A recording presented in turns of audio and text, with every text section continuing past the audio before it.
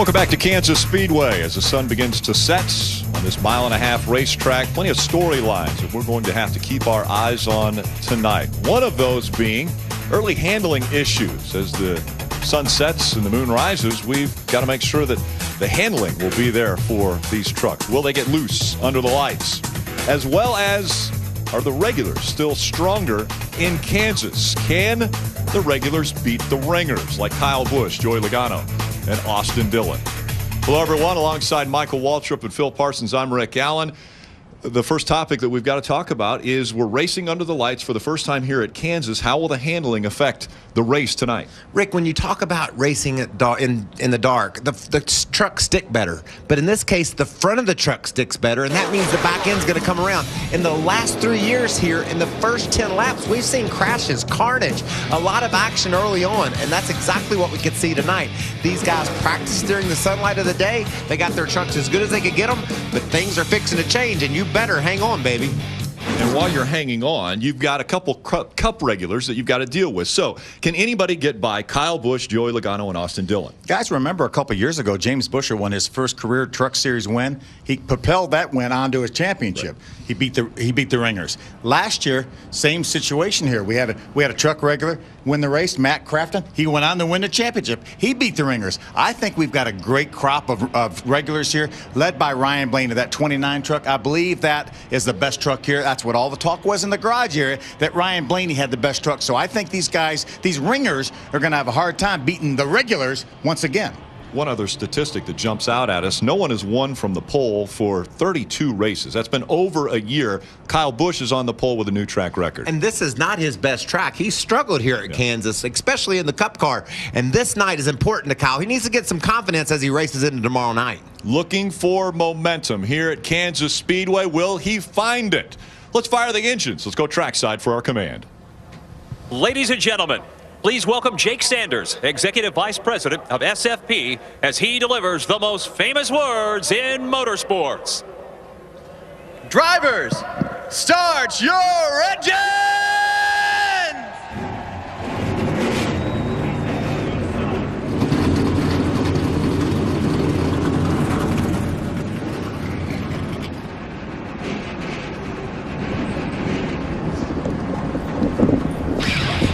Life on pit road. When we come back, they'll roll around the track. We'll see the green flag as we're about to get underway in Kansas. Back, trucks beginning to roll off of pit road as we're getting ready for 250 miles of excitement at Kansas Speedway. I want to take a look at the particulars of this racetrack and our Camping World track description. This racetrack was reconfigured a couple years ago. Great surface, smooth and fast. You see the progressive banking. We haven't really used the 20-degree banking yet. It's all the way up the top of the racetrack, but hopefully this group's going to widen out here and have some great side-by-side 3-wide races. Yeah, and that's the way this track was designed, Phil. And I heard people in testing say they were beginning to feel that groove come up, so we could see that 2- and 3-wide racing. Great news that just took place this last week from Camping World, and with a very special guest, we go back to Krista Boda. That's right, Rick. Marcus Lemonis, the CEO of Camping World, joining me now. And we can say Camping World for a long time, re-upping the sponsorship until 2022. Okay, Marcus, we knew it was a good fit on paper. At what point did you know this partnership, NASCAR and your company, were lock solid? You know, about 3 years ago, we started talking about what the next generation was going to look like. And when you look into the stands and you talk to some of these young drivers, it's been a great fit for us. And, you know, I'm a businessman first and a race fan second, and it's been great for my business. And you have not just enjoyed, as you said, being a race fan, you have increased your revenue. You guys have 35% more stores. Everything sort of fits between these two. What's amazing to me is we looked at what's happened to our average customer. We're seeing a younger customer. We've opened up 40 stores since we started this sponsorship. Our business is up.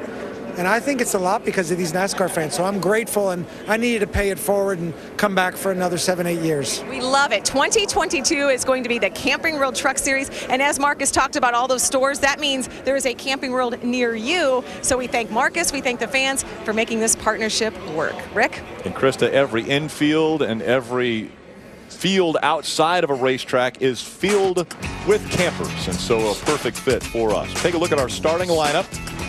Kyle Busch, Ryan Blaney making up row number 1. As we mentioned before, no one has won from the pole in over 32 races, over a year in this Truck Series. Yeah, great qualifying effort by those guys in the second row, Sauter and Eichler.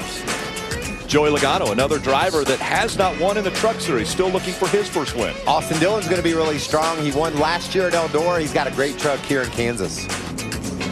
Matt Crafton, defending race winner, defending series champion, starting row 5. John West Townley had such a good run and going at Martinsville. Got turned around on the last lap on the backstretch there. Ron Hornaday, another driver who has won here at Kansas, looking to get back to victory lane. Joe Nemechek can do one thing that only a few drivers have done. That's winning all 3 series if he's able to pull it off here. Armand Quiroga, that team's been faster and faster every week. They're on a roll. Look for him to be strong tonight. Spencer Gallagher, Jimmy Weller making up row number 10. There's Bubba Wallace back in row number 11. A lot of issues so far for Bubba. Hopefully they have them all behind him and he can have a clean race tonight. Todd Schaefer and TJ Bell make up row 12. Back in row 13, it's Charles Lewandowski and Justin Jennings. That's 63, a local team right here in the Midlands. And a backup truck, unfortunately, for that team. And a local girl, Jennifer Jo Cobb. She's a favorite in this area. And there's our man, Norm Benning. Unfortunately for Ben Kennedy, had a wreck in qualifying. He'll start from the back. That's a good look. Scott Stenzel rounding out our field. We'll ride along with a few different drivers. Take us through it, guys. Why don't we ride along with a reigning champion? And as a matter of fact, he won this race last year. Matt Crafton will start that Menards Toyota from the 9th spot. Let's hop inside the top 5, Phil, and ride along with Joey Logano in a really powerful Ford. The Reese Tow Power Ford, that is. He's a winner in the NASCAR Nationwide Series, the Cup Series, but he's never been able to win in one of these tough trucks. Look for him to be strong tonight. We learned a little bit more about Brian Eichler in the setup show. He will start his Bullet Liners Toyota. I'm from the 4th spot here. He made his debut here a few years ago. How about going on the pole with Kyle Busch? He's won 36 of these truck races, but he's never won here at Kansas. He's on the pole in his Toyota Care Tundra. Can he change that tonight? Put his name on the record books as well, as he broke the track record in the Camping World Trucks in qualifying earlier today. Let's go back trackside to Bob Dillner. Well, Rick, Ben Kennedy finished 3rd 41 days ago at Martinsville, but if he wants another top 5 finish, he's got a long way to go to get there, because Ben will start 30th here tonight, but he had a big wreck in qualifying. He said the truck just way too loose. Here it is. He almost catches that apron and then tries to save it and hits the wall. They had to go to a backup truck, but folks, this backup truck has had a lot of success in the NASCAR Camping World Truck Series. That's it right there. They call it the Honey Badger. It dates back to 2012 and was the truck that James Buescher drove to 4 victories and the championship here in the NASCAR Camping World Truck Series. Ray Dunlap.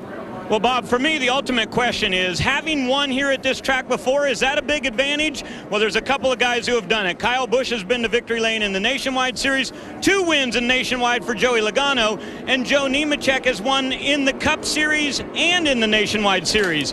But when I look at Logano and at Joe Nemechek, both of these are guys that are trying to join a list of drivers who have won in all 3 series.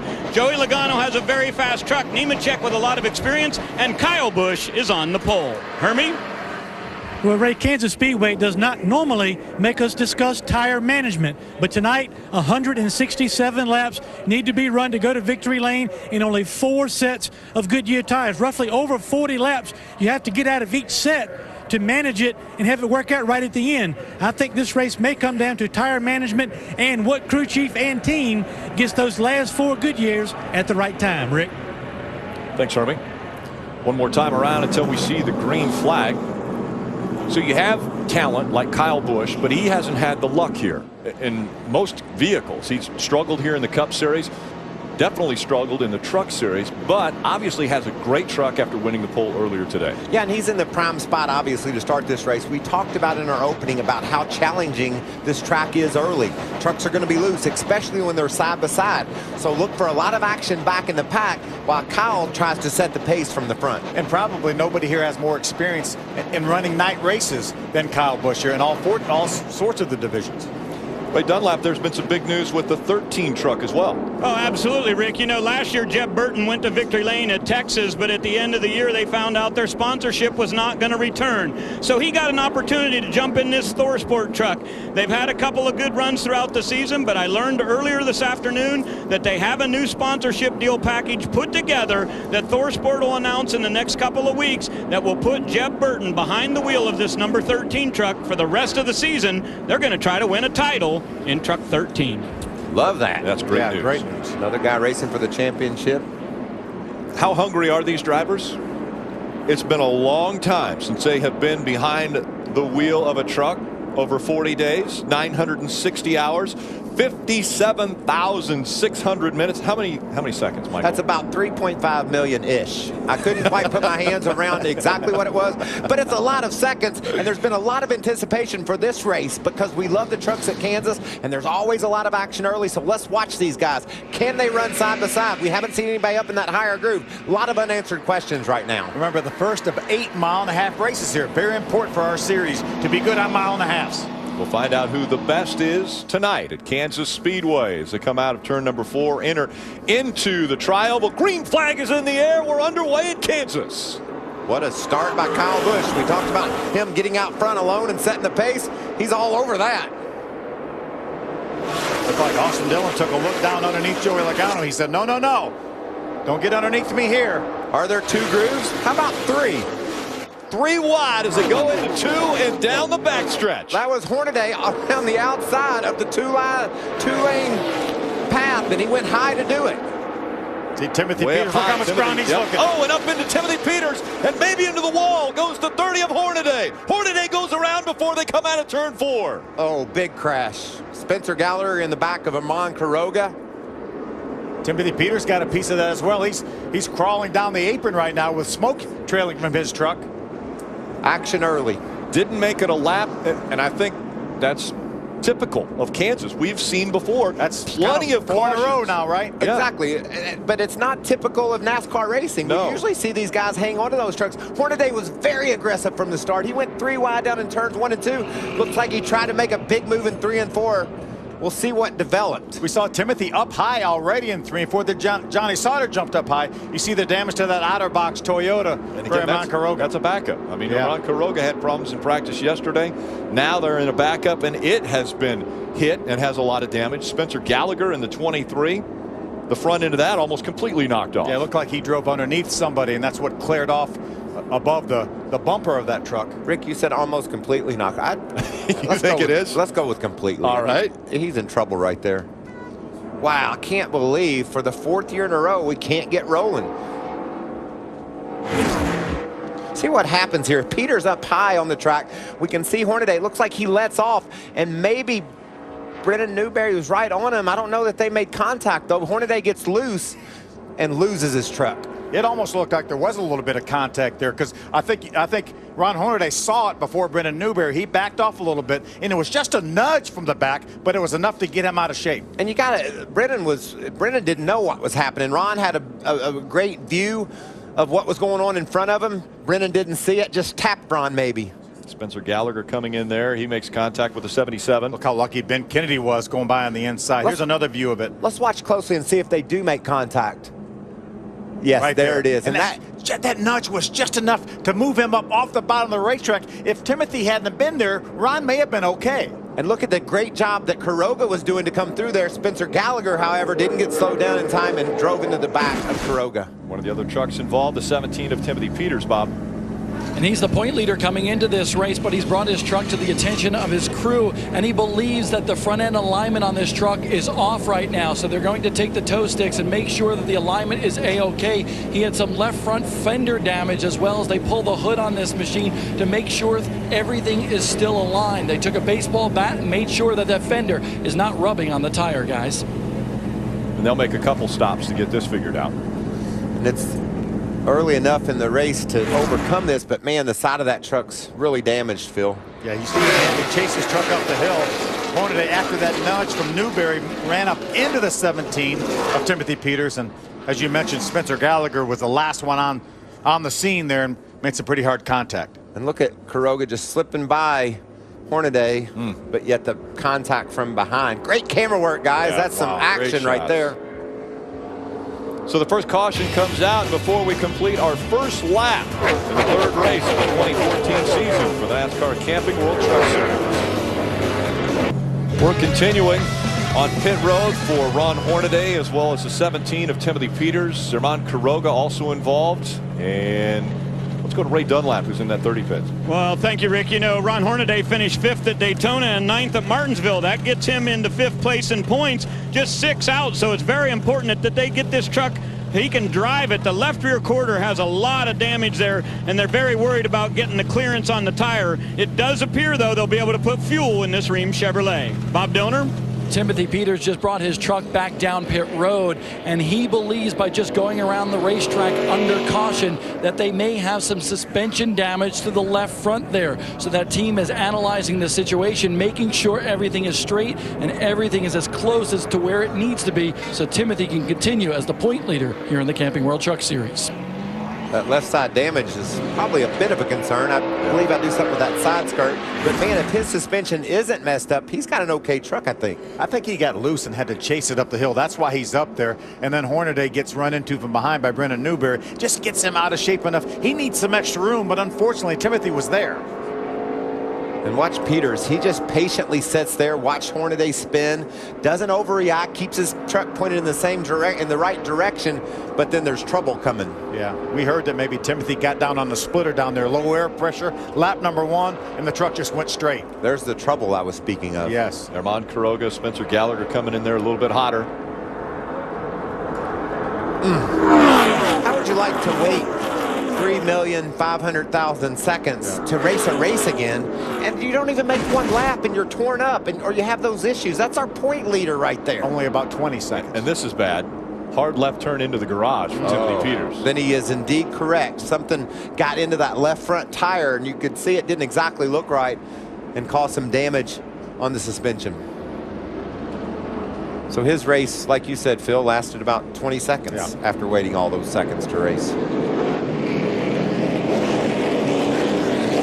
So up front, it's still Kyle Busch and Ryan Blaney, Ryan Eichler, Joey Logano, and Jeb Burton. They are your top 5 as we get ready to go back to green flag racing. We have some Brad Keselowski trucks lined up on the outside. Now, remember, still pretty narrow groove down there.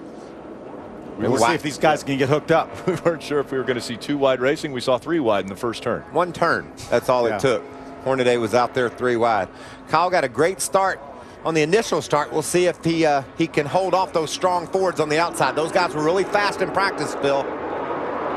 Dead even here at the start-finish line on this restart. It's a great start by Ryan Blaney. This is when being on the outside is you're a little bit more comfortable out there. You've got the air to lean against. Kyle Busch doesn't have that because he's got another truck right beside him. He's got a push too from behind. There's some tense times for those trucks down on the inside. Can they keep them going straight? You see Eichler a little bit sideways there. Slid up the racetrack. Joey Logano had to give him a little bit of room now, as the Brad Keselowski Racing duo are running 2nd and 3rd now, chasing after Kyle Busch. How about Crafton making it 3 wide here? Whoa, Eichler way up the racetrack. Brian Eichler trying to hang on to it. That's 7 high into the lighter gray area of the racetrack. A little bit too high as we see Johnny Sauter also trying to catch it when he came out of 2. That was good to see, though, that Brian Eichler was able to maintain some semblance of speed. We got another spinner off of 2. Around goes 08 of Todd Schaefer. Can Todd get going again? The caution's not out yet. The 7 also into the wall. That's Brian Eichler. You see, it's as though the drive shaft came out of the back of that thing. You know, I wonder if he had debris on his tires, Michael, from being up there high and down at 1 and 2. Got down to 3, expected that truck to stick, and it didn't. He had a rough start. He was sideways a couple of times, got slid up the hill and then into the outside wall. Fighting for the 4th position was Brian Eichler, and hard into the wall. A lot of damage to the right side of that truck, and we saw a big piece of metal, looked like a drive shaft, came off of it. It might have been a bumper bar. It might have been the rear bumper bar, too. Looks like he's able to keep going. Certainly wouldn't be able to do that without a drive shaft. Although it sounds like he's got some problems under there, doesn't he? He definitely does. Take another look. That's Todd Schaefer spinning off of turn 2. And these were 2 separate incidents. Yeah, the big contact was down in 3 and 4. Like Phil said, Eichler was up high in 1 and 2. Got to figure it made his truck really difficult to drive when he got down to 3. See if we can zero in on exactly what happened to Eichler. Again, that's Todd Schaefer in the 08. The 7 of Brian Eichler. He has issues at the other end of the racetrack. Back end comes around, hard into the wall. That thing snapped quick, didn't it? Yep, bumper bar that came out of the back. He was on the outside, and Johnny Sauter got a little bit loose up there. Normally, we see the truck on the inside get really loose, but let's ride along with him. That's a very aggressive, Phil. You can hear him on the gas hard. That's coming off for the lap before with a 19 of Joey Logano on his outside. So we know the truck's a little bit free right now. Going back into 3 here.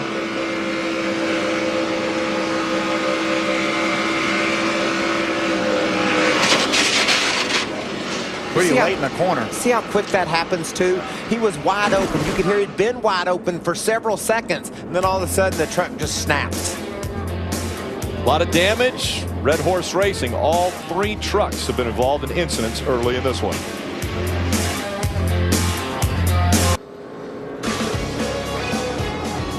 Welcome back. Already, our second caution has come out. They're coming out early and often from Kansas Speedway. Involved in this incident was 17 of Timothy Peters. Let's go to Hermie Sadler for an update. 17 truck is just leaving the garage area. I talked to Marcus Richmond, the crew chief. They know something has been on the suspension because the toe end was way out, so they fixed the toe as close as they could. Also a lot of damage to the left side of that truck, and also a big concern, the crush panel that keeps the engine compartment separated from the driver compartment. A lot of repairs to the 17 in that area, and also you can see his teammate Brian Eichler also in the garage trying to make repairs to another damaged Red Horse Racing truck. I don't believe they're going to fix that truck. No, sure doesn't look like it. Not tonight. Maybe not ever. There's been a lot of bad luck with Red Horse Racing here at Kansas. Bob Dillner. Johnny Sauter in that 98 machine started 3rd. He's back to 6th, but he said he's A-OK. He's just trying to use a little patience right now because the restarts, in his terms, are a bit crazy right now. He says we need a long run with this truck because that's where it was good in practice. So no worries so far, even though Johnny Sauter has lost 3 spots on the racetrack. So they continue to clean up the racetrack from this most recent incident. While they do that, let's go to Los Angeles and Alan Massagill for a Fox Sports 1 update. We're about to try it again as they come through the tri-oval. Green flag back in the air. Another great start by Ryan Blaney. He's going to hold Kyle Busch to that inside lane as they get down to turn 1. In fact, Matt Crafton pushes Blaney ahead of Busch. We'll see if he can hang on to it in that higher line. Kyle Busch down on the bottom, Ryan Blaney up top. Going down the backstretch side by side. I think we have 2 lanes. We don't have 2.5, but we have 2 side by side for the lead. Ryan Blaney continuing. Keep that nose out in front of the 51. A little bit loose there for Kyle Busch. He has to check up. Will that allow Ryan Blaney to lead a lap here in Kansas? Kyle says, I don't think so, Rick. Look at that pack. Very close. Kyle all the way down to the apron. Still your race leader as they go into turn 1. We have 4 trucks down below the white line on the apron. Do they not know we've been wrecking already? Up the racetrack goes to 51, just in front of that 29. That opens the door for the 19 now. 19 of Joey Logano will take the lead away from Kyle Busch. How about Sauter driving up to 3rd? What action we're seeing from these truckers. Can he hang on? Here comes Kyle once again. A very strong truck. Logano down to the apron. Kyle Busch chases him down there. Joey Logano leads that lap. By all of 8 1/1000ths of a second, Rick. That's about 2 foot. Can you believe how aggressive these guys are running here? God, this is a 167 lap race. They got aggressive from the very first lap as we didn't even get to the start-finish line before the first caution, and they're sticking to it. Joey Logano on the bottom of the track trying to take the spot back away from Kyle Busch. Kyle hanging tough on the outside. There's definitely an outside groove there, Michael. There is, and that's great to see. We're early in the going, and they're already running 2, even 3 wide, so be some great action tonight. At that time, they were separated by 1/1000th of a second at the start-finish line. That's pretty close. How persistent is Kyle Busch? He said, I'll take the lead. I tried it on the inside. I'll try it on the outside. Ryan Blaney dropped back a couple spots. Now he's going to fall potentially out of the top 5 as the 20 of Austin Dillon makes the move up in front of the 88 of Matt Crafton. Nice 3-wide pass by Austin Dillon, that 20 truck. I just got to tell you how hard this is to do. We're seeing trucks just spin out. When you go down 3 wide on the bottom, that's just real difficult. And these guys are making it look like it's easy. Ryan Blaney running a little bit higher line. Maybe learned something from Kyle Busch. Kyle's been making that little bit higher line work for him. And the 13 of Jeff Burton all over the tailgate of that 29 truck. Austin Dillon again moving toward the front, Ray. Rick, he started back in 7th, has gotten up to 4th, but his first couple laps here were very, very interesting. He came on the radio and said, guys, I went way wide down in turn number 2 because my water bottle fell out of its container and was obstructing my arm. He said, I was really close to crashing this thing. He took the water bottle, threw it on the floor, and now he's on his way to the front. He's going to battle with Johnny Sauter for 3rd. Hermie? A disappointed Brian Eichler in the garage, a lot of damage to your bullet liner truck. What happened? It's 3 wide. It's pretty wild out there, but we had a really good weekend going for us. And my mistake is got up there in the top groove, got loose, went back down 3 and 4, happened again, and just not a good night for us. Brian Eichler done for the night. Rick? Thanks, Hermie. It's tough when you don't get many opportunities, Phil, and you feel like you've got a great truck and you want to get all you can get. You see the way these guys race, and Brian just stepped over the edge and lost his truck. And how anxious are these guys here? We've had 2 races in 76 days. 78 days. I'm really impressed with the 20 truck of Austin Dillon early in the going. He's been able to really hang with these leaders. We talked about Logano. We knew he'd be strong. Kyle Busch, obviously. But the real surprise early in the going is how stout the 20 is of Austin Dillon riding along in that 3rd spot, right there with our leaders. With the cautions, it seems as though the restarts have become even more important. And the last restart that we had, watch how Kyle Busch maneuvers his truck around, trying to figure out how he can stay in front of the 29. And while he's doing it, the 19 takes advantage of it. Yeah, he ran the 29 of Ryan Blaney up the hill, lost all of Blaney's momentum. And look what happens when you lose a little momentum. Here comes the whole world, it seems. We had 2 wide trucks down below the white line in the trioval.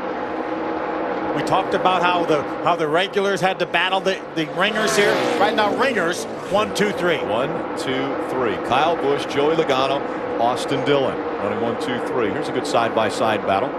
Taylor Mawson back in the series. Good to have him back. Outer Wall, great sponsor on board that Chevrolet, racing with Bubba Wallace in the 54. Remember, Bubba had to start all the way from the back.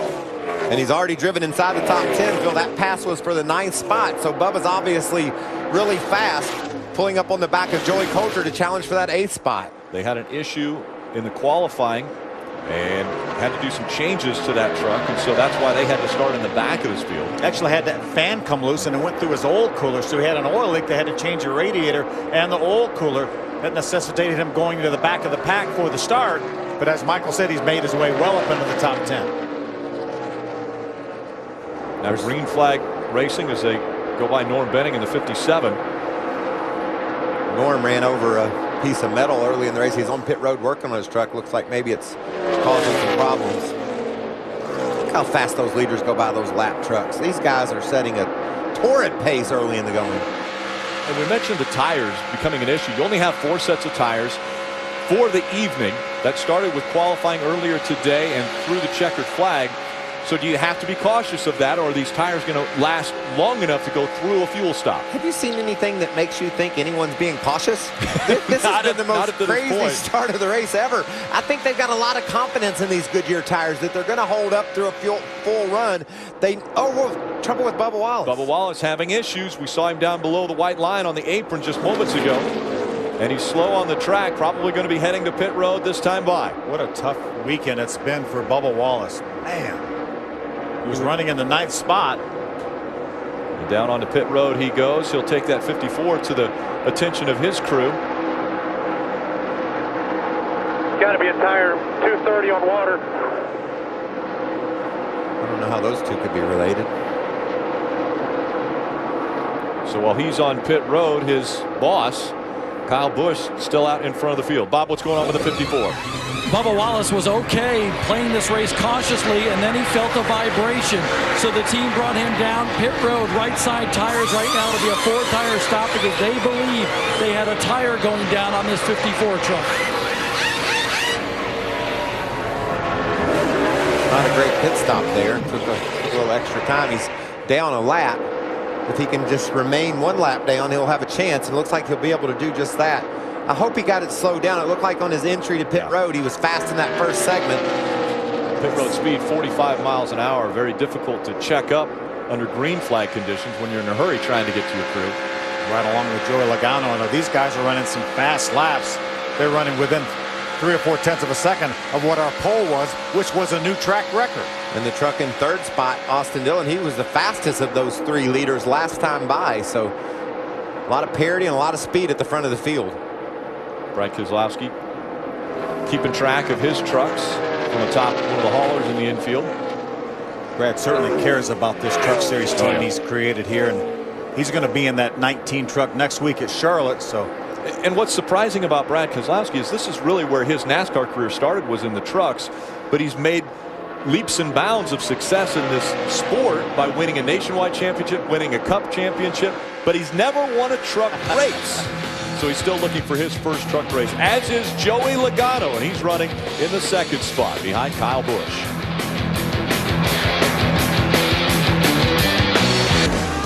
This may surprise you, but we're under caution for the 3rd time tonight. And it's actually a familiar truck that brought out the caution, not the 51. It's the 8, the 08. Todd Schaefer, he spins once again in turn number 2. Does a nice job keeping that truck out of the outside wall. Yeah, you don't usually spin one that far out of control and not only not hit the wall, he kept it going in the right direction. Yeah. So heck of a save. This is a timely caution though, Phil. The first 2 were just trouble, and this one the guys are all going to want to come to pit road. It's time to get some new tires, a little bit of gas in these trucks. Absolutely. Still going to be 2 more stops after this stop, but that gets them in the window that they can make it on 2 more stops. So the field will be making their way onto pit road. It is open now. So as they are tucked in behind the pace vehicle, which by the way says thanks mom on the very back of it as we enter this Mother's Day weekend. The field will make the hard left turn onto pit road. We go to Ray Dunlap. In 2nd position, Joey Logano just a little bit snug. They're talking about going with right side tires only here, but they're almost at a point where they need the 2nd gas can.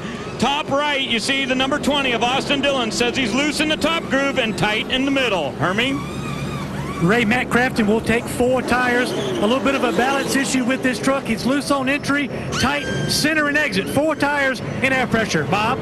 Kyle Busch trying to win his first truck race here at Kansas. He says this truck is just a little bit loose in traffic, but otherwise A-OK. A slight air pressure adjustment for the 51 team. 2 tires for Kyle Busch as well as Joey Logano. A lot of other guys going with 4 tires, so this will be interesting to see how the tire war balances itself out. See, Austin Dillon comes off 3rd. He will be the first truck with 4 tires. 88 lost 3 spots on pit road. Changing 4 tires, a little bit slower stop for that team. Ryan Blaney's guys gained a couple spots here. Take a look at the right front here. He's having trouble getting that tire off. It looks like Michael finally get the tire off. They make these fenders so tight to the tires for aerodynamic reasons. I don't believe they had enough room there. So will they be able to overcome the problem on pit road and get a win again at Kansas? We'll find out.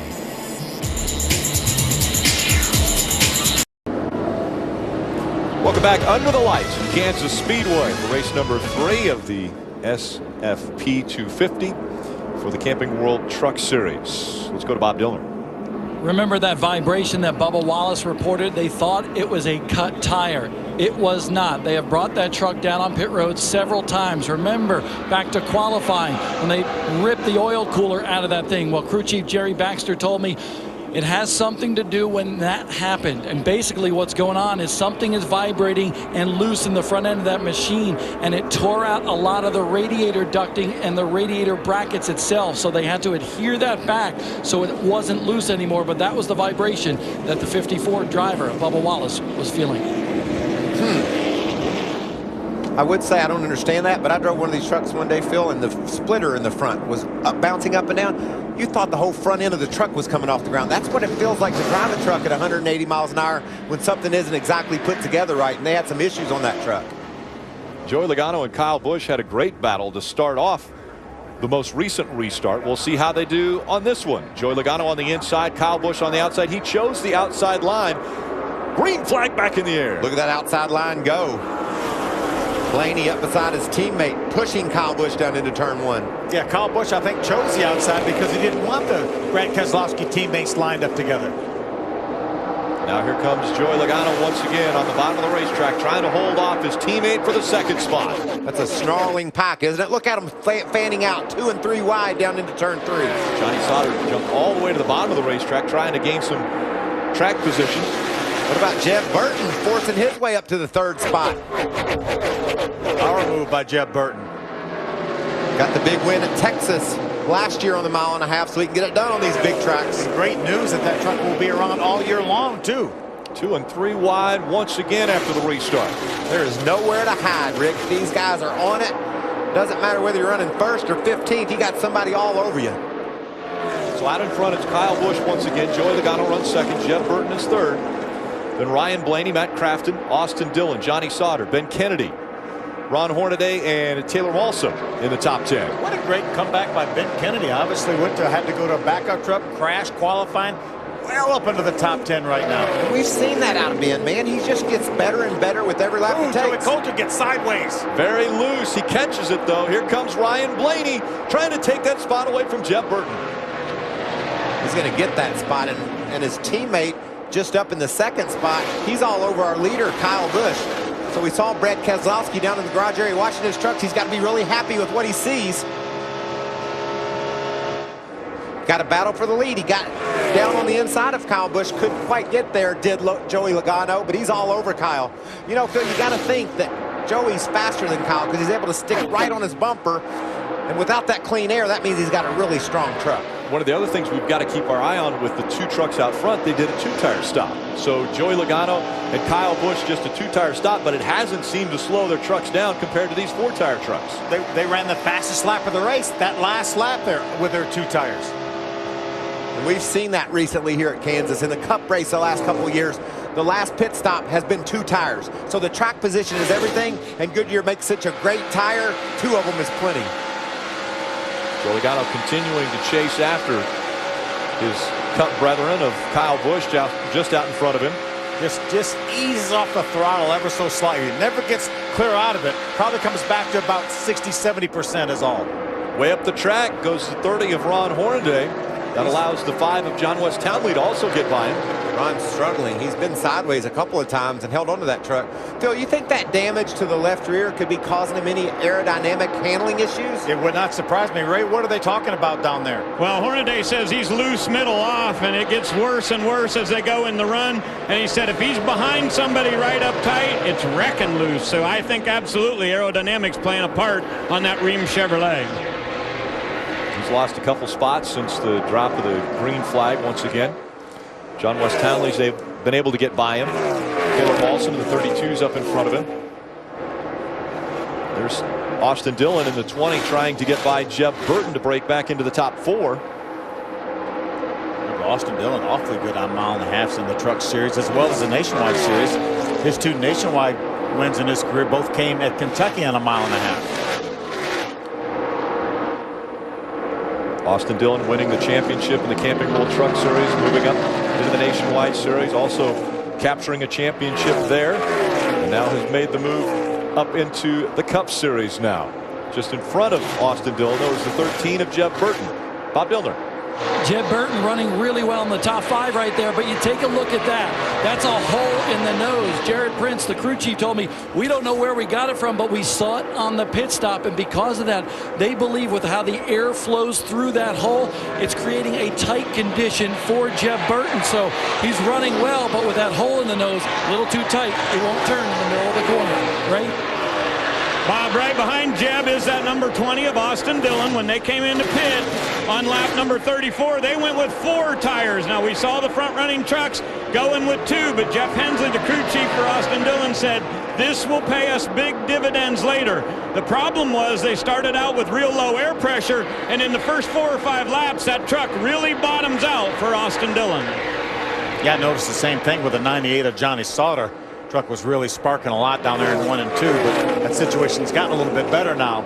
You see still sparks, though, underneath the 98. Johnny Sauter's 98 running just behind the 20 of Austin Dillon. Not quite as bad as it was, but back up front, Kyle Busch cannot shake Joey Logano. It's pretty impressive what Jeb Burton's being able to do with that hole in the front. We know how sensitive these trucks are aerodynamically, and with that hole, that's hurting that truck for sure, but yet he's holding on to a solid 4th place spot. Joey Logano has been impressive to start off the 2014 season in the Cup Series. Already 2 wins for him. Ryan Blaney holding on to the 3rd spot. Herming. Rick, this 29 of Ryan Blaney has been quick all weekend long. He came down on the last round of pit stops. He took 4 tires. Crew chief Chad Kendrick said the truck was a little bit free. They put 4 tires on, made a track bar adjustment to help him snug that truck up on entry. And we also, during that exchange, caught some chatter talk between Ryan Blaney and his spotter. Kyle sent a message down here about lap 3 after the restart. He appreciates the honesty off there, too, over there, not wrecking both you guys. He got loose, and you gave him some room. He wanted to say thank you. I give people breaks. That's how you Cup drivers are. Caution on the racetrack. Wow, Jimmy Weller in the 07. 4th caution has come out, and again an incident with the 07 of Jimmy Weller. He was running in the 19th spot. I don't think we'll see any of our front-running trucks on pit road here. They were just on pit road back on lap number 35. Just completing lap 49. So Weller gets loose, laid up off turn 2, and it just went into the outside wall. Saw the 08 also having issues with the 2nd turn. Phil, if you're Jeb Burton and you've got that hole in the nose this early in the race, do you give up that track position, put a patch on that thing so you're ready to go later? I don't think so. He's able to maintain that 4th spot right now. I think wait till your regular pit stop. Next time we come in, get a little patch ready for that thing and have the tire carrier run back and get the barrier bound, whatever, put it on there, not lose that much track position. I think you're right. That can be made under a routine pit stop as they transition from the right side back to the left. So may even just do 2 tires in order to give them time to do that.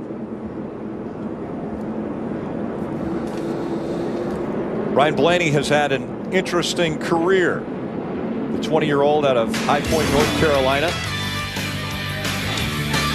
Father, Dave, has been involved in racing for quite some time, where Ryan Blaney has been going to racetracks, not only as a spectator, but also at a young age behind the wheel, and had extreme amount of success. Was able to get to victory lane in the Camping World Truck Series early in his career, as well as the Nationwide Series. He's got some pretty good shoes in front of him as far as his father and somebody to look up to in Dave Blaney. Got a win in the K&N Series out in Phoenix. Qualified for the race here tomorrow night in the Cup Series. Hey, they're coming to pit road, Phil. Ray Dunlap. Joey Logano is here in his Reese Tow Power Ford. He said, you know what, I'm still a little bit snug. They wanted to tear off on the windshield. They plug in a little bit of Sunoco fuel there. They go to work on the right sides, and originally they thought about doing lefts only. Joey said, that's not a good plan. Let's do something different than everybody else. 4 tires right here on lap 51.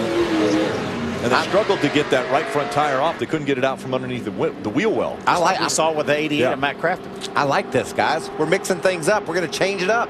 That means the 19 is going to start a little bit further back in the field. We'll see how well he's able to make his way toward the front.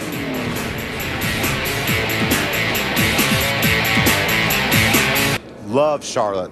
Love the All-Star race. Love the way these guys just throw it all out there and don't worry what comes back. 10 Days of Thunder, and guess what kicks that off that first day?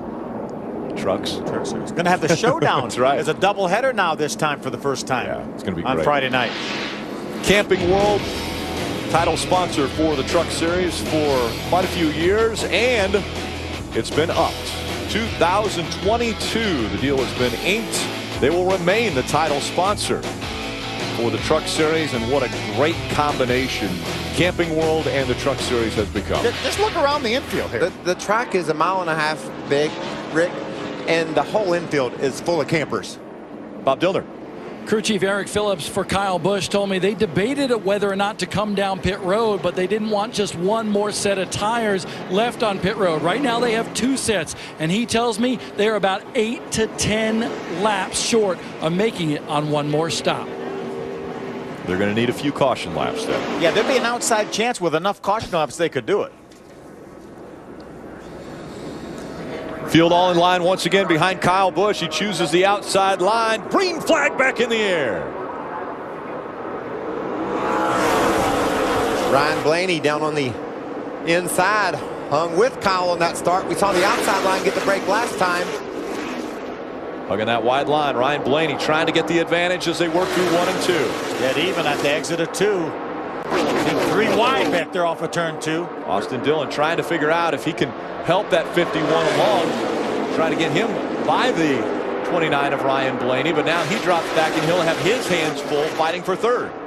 Johnny Sauter, Matt Kraft, and the 98-88 teammates battling side by side for the 5th spot. And the 13 Burton's up there as well. So all 3 of Thor Sports trucks running side by side. They were 3 wide, as a matter of fact, entering turn 1. And here comes Joey Logano, and around goes John Wes Townley right in front of him.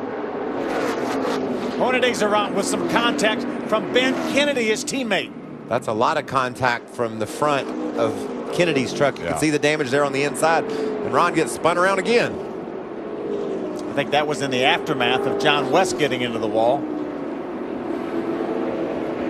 Whew. Ron's truck looks about like it did from the first deal. These restarts are hair-raising. I mean, it makes me nervous just knowing how hard this is for these guys to run that close together, and how difficult it is to hang on to your truck. We saw John Wes Townley not be able to hang on to his. Ben Kennedy having what looked like a very impressive run tonight, and now a lot of damage to the front end of that truck. Yeah, Ben was running in the 16th spot there. Again, that was in the aftermath of John Wes Townley, who was running up in the top 10 and 8th, getting into the outside wall. Ben Kennedy had an issue in qualifying earlier. Had to bring out a backup truck. He was working his way from the back of the field up toward the front, looking very solid, and then this happens. Great cause on that truck, too, fighting Lou Gehrig's disease. See John West down on the bottom of the racetrack. He's down underneath Taylor Mawson. Jits gets loose. Loses control of that Zaxby's Toyota.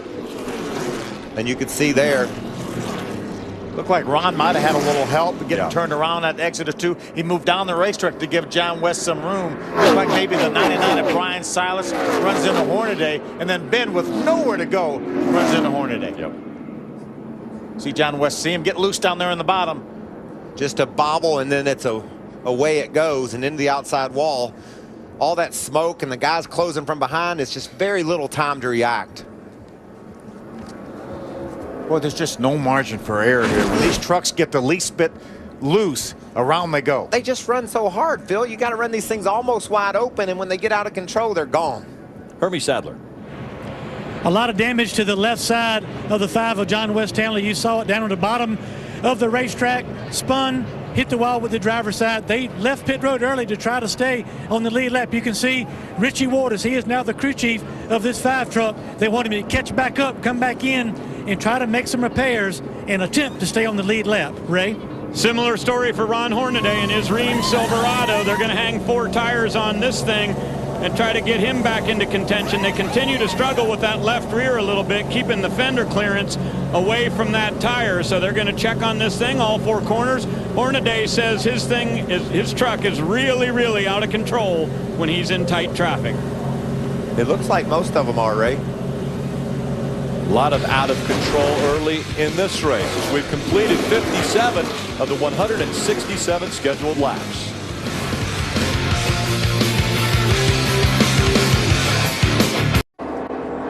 Welcome back to Kansas Speedway under the lights for the first time for the Camping World Truck Series here in Kansas. And one of the local drivers having a pretty good night. Yeah, Jinjo Cobb up in the top 15. She's on the lead lap, hanging right in there. Tyler Young right behind her, another solid run. Anytime you have a bunch of crashes and craziness go on, some of the underfunded teams, guys and girls that work really hard to be here week in, week out, can really shine. And we're seeing Jennifer Joe, Tyler, those drivers be able to accomplish that. That's a great story. She's from here in Kansas City. Yeah, just outside the top 10, as you mentioned. You see right in front of her, Joe Nemechek in that 8 truck. Joey Coulter, the 21. Both those guys having good runs.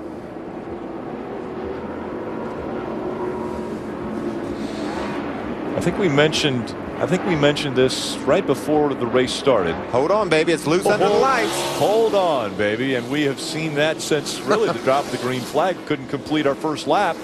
And then how about you got to beat the ringers? Who's running 1, 2, 3? And where are they? Well, they were 1, 2, 3. Were. And now it's 1 and 3. And the other ringer, Joe Logano, has been to pit road, so he'll resurface in that top 3 too. So can they beat the ringers, Phil? Well, it doesn't look like it tonight, does it? See what Ryan Blaney can do here on this restart in that 29 truck. I think he's our best chance for a regular to beat a ringer. But he's becoming a ringer, isn't he? Pretty quickly. He's running tomorrow night. Right. Look at that start he got too. He's able to edge ahead of Kyle Busch. Side by side, they work their way back into turn number 1. 3 wide, Phil. Joey Logano making a move there on the inside of Taylor Malsom in that 32 truck. Logano's on his way back towards the top 5. His teammate is battling very well right now with Kyle Busch. Ryan Blaney on the inside of Kyle Busch. And now Kyle Busch using that outside line to work through 3 and 4. He'll take the advantage as they come out back to the start-finish line. Great side-by-side battle. Austin Dillon, that white number 20 truck on the inside of Matt Crafton in the 88. I think Kyle likes that second line there a little bit. That's good to see. That means as this race wears on, there's going to be more and more options for these truckers to venture into the corner and try to find some fresh pavement, make a pass, make a move. A little more banking up there. It's progressive banking. Starts at 17 degrees down by the white line, works its way all the way up to 20 degrees up by the wall. We just didn't have any rubber up there. That's why those guys weren't running up there. Remember I said it wouldn't be long before this Logano guy would be back in that top 3. Look at this move. Down to the inside. Had desires to take away that 3rd spot. Now he moves up into the 4th position behind Austin Dillon. He's got a fast truck, that 19 truck. Ray Dunlap. Guys, just went down to the 20 pits to check and see what their tire situation was. They've got stickers up against the wall for the next round of pit stops. I asked Jeff Hensley why he didn't scuff them. He said, we were struggling with our chassis so much in practice, we ran out of time. The guys would love to scuff the tires, put 1 or 2 laps on them to make sure there was no issues. They didn't get that opportunity, but I believe they'll put the stickers on, and then if there's another caution late in the race, they may come in for fuel only to try to keep that track position in the top 5. I'm just really impressed with this top 5, Phil, and the race at the front of the pack. Kyle Busch can't drive away from these guys. He's got Ryan Blaney right on his bumper, but look, all the way back to the 5th spot. That's Logano, who restarted 9th. He's already made his way into the top 5.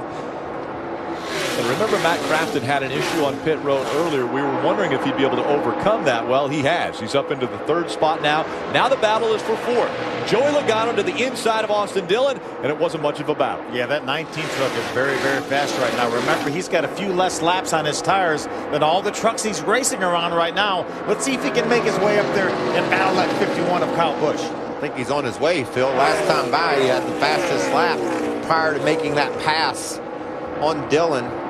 So that's a fast truck right now. Able to hug the white line. He stays very low through the turns.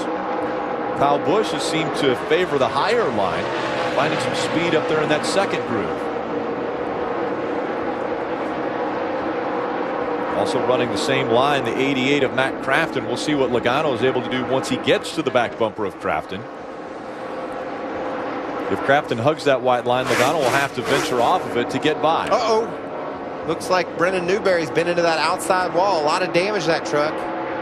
Smoke coming out of the right side where there's some tire rub taking place on that right front wheel well. He was running in the 9th spot. Watch now. Watch on exit. Gets a little bit wide. Oh. See Bubba, the 54, giving him plenty of room. A lot of damage to that 9 truck, though. I believe I'd get to pit road if I was him, Phil. Battle for third. Let's see where Crafton goes. He's going to stay up high, and that enables the 19 of Joey Logano to take that spot away. Boy, Joey made it look pretty easy there, not having to get out of the throttle all the way. He's marching. Just listen to Matt here. You see about 8,000 RPMs, 8,100. And he's just pedaling a little bit, but when you hear him pedal, that 19 truck gets smaller in his windshield. That's exactly right. Matt barely lets off the gas. That means Joey didn't let off the gas.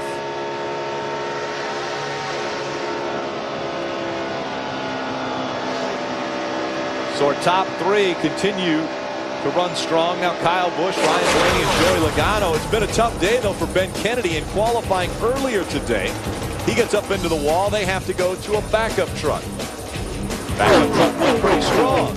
Has to avoid, though, the incident in front of him. Not able to avoid his teammate.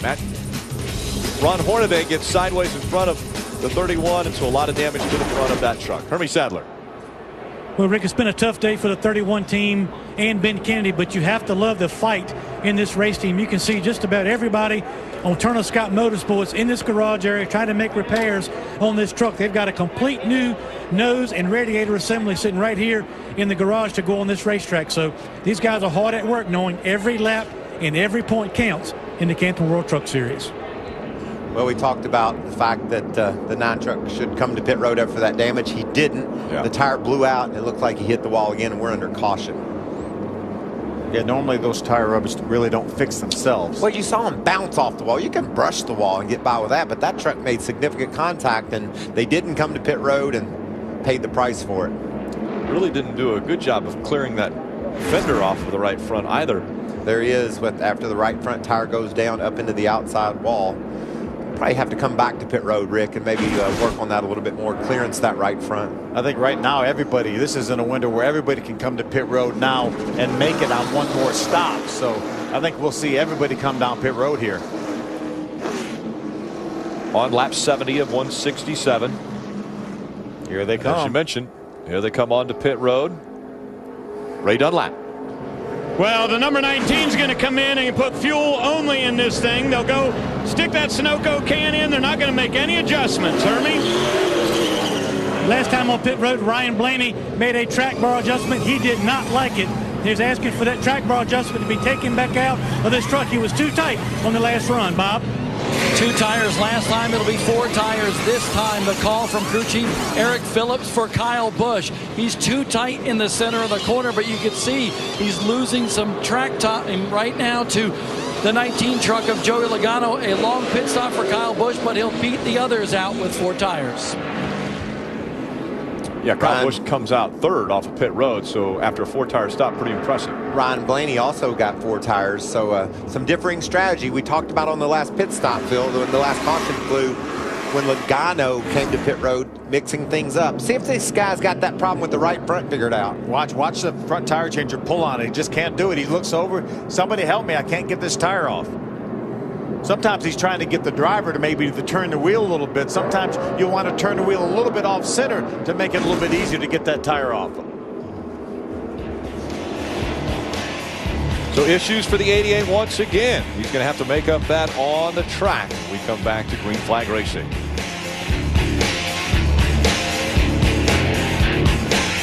It's going to be a great race tomorrow night. Can't wait to watch these Cup guys battle on this track. We've got an intense battle at the front of this pack for sure. The top 5 nose to tail be the same thing tomorrow night.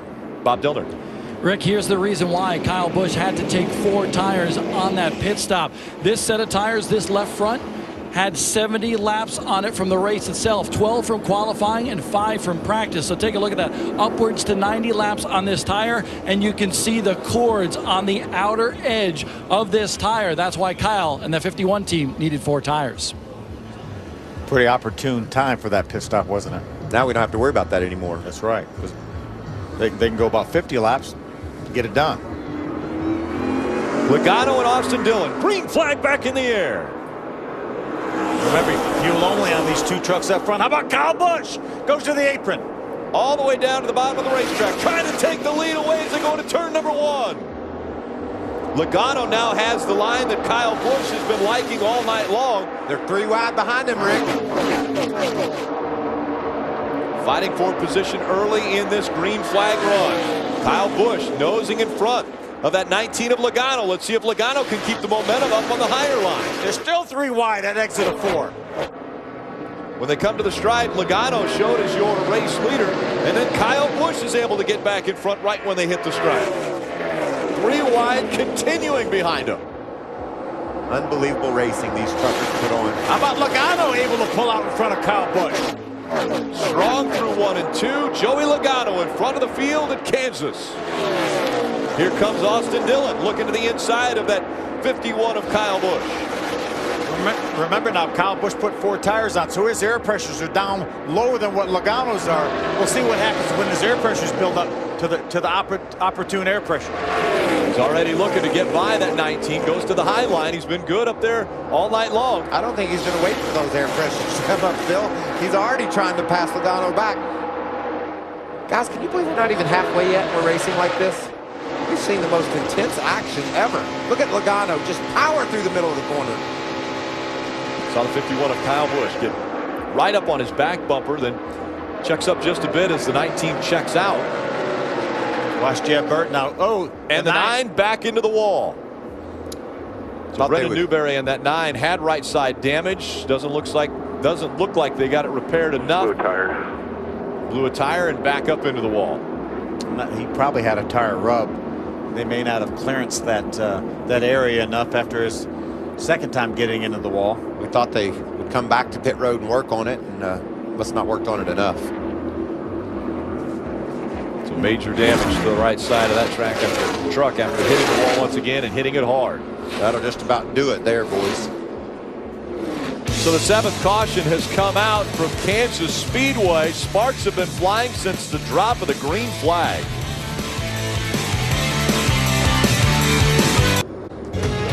If you're curious what the record for cautions in a Truck Series race at Kansas is, it's 12. That happened back in 2008. We haven't reached the halfway point yet and have already had 7 cautions. Our longest green flag run has been 20 laps. We're still 8 laps, 4 or 5 laps away from halfway. Bob Dillner. Johnny Sauter running 5th came down pit road. A mistake by the pit crew. A loose right front wheel on that machine. They had 2 lug nuts loose. That's why they had to come down pit road. Dennis Conner, the crew chief, the new one on this machine. Dennis Conner, 27 victories here as a crew chief in the Camping World Truck Series. Veteran leadership. He's on the line with Johnny Sauter right now, just trying to calm him down a little bit because Johnny felt he had a very good race truck.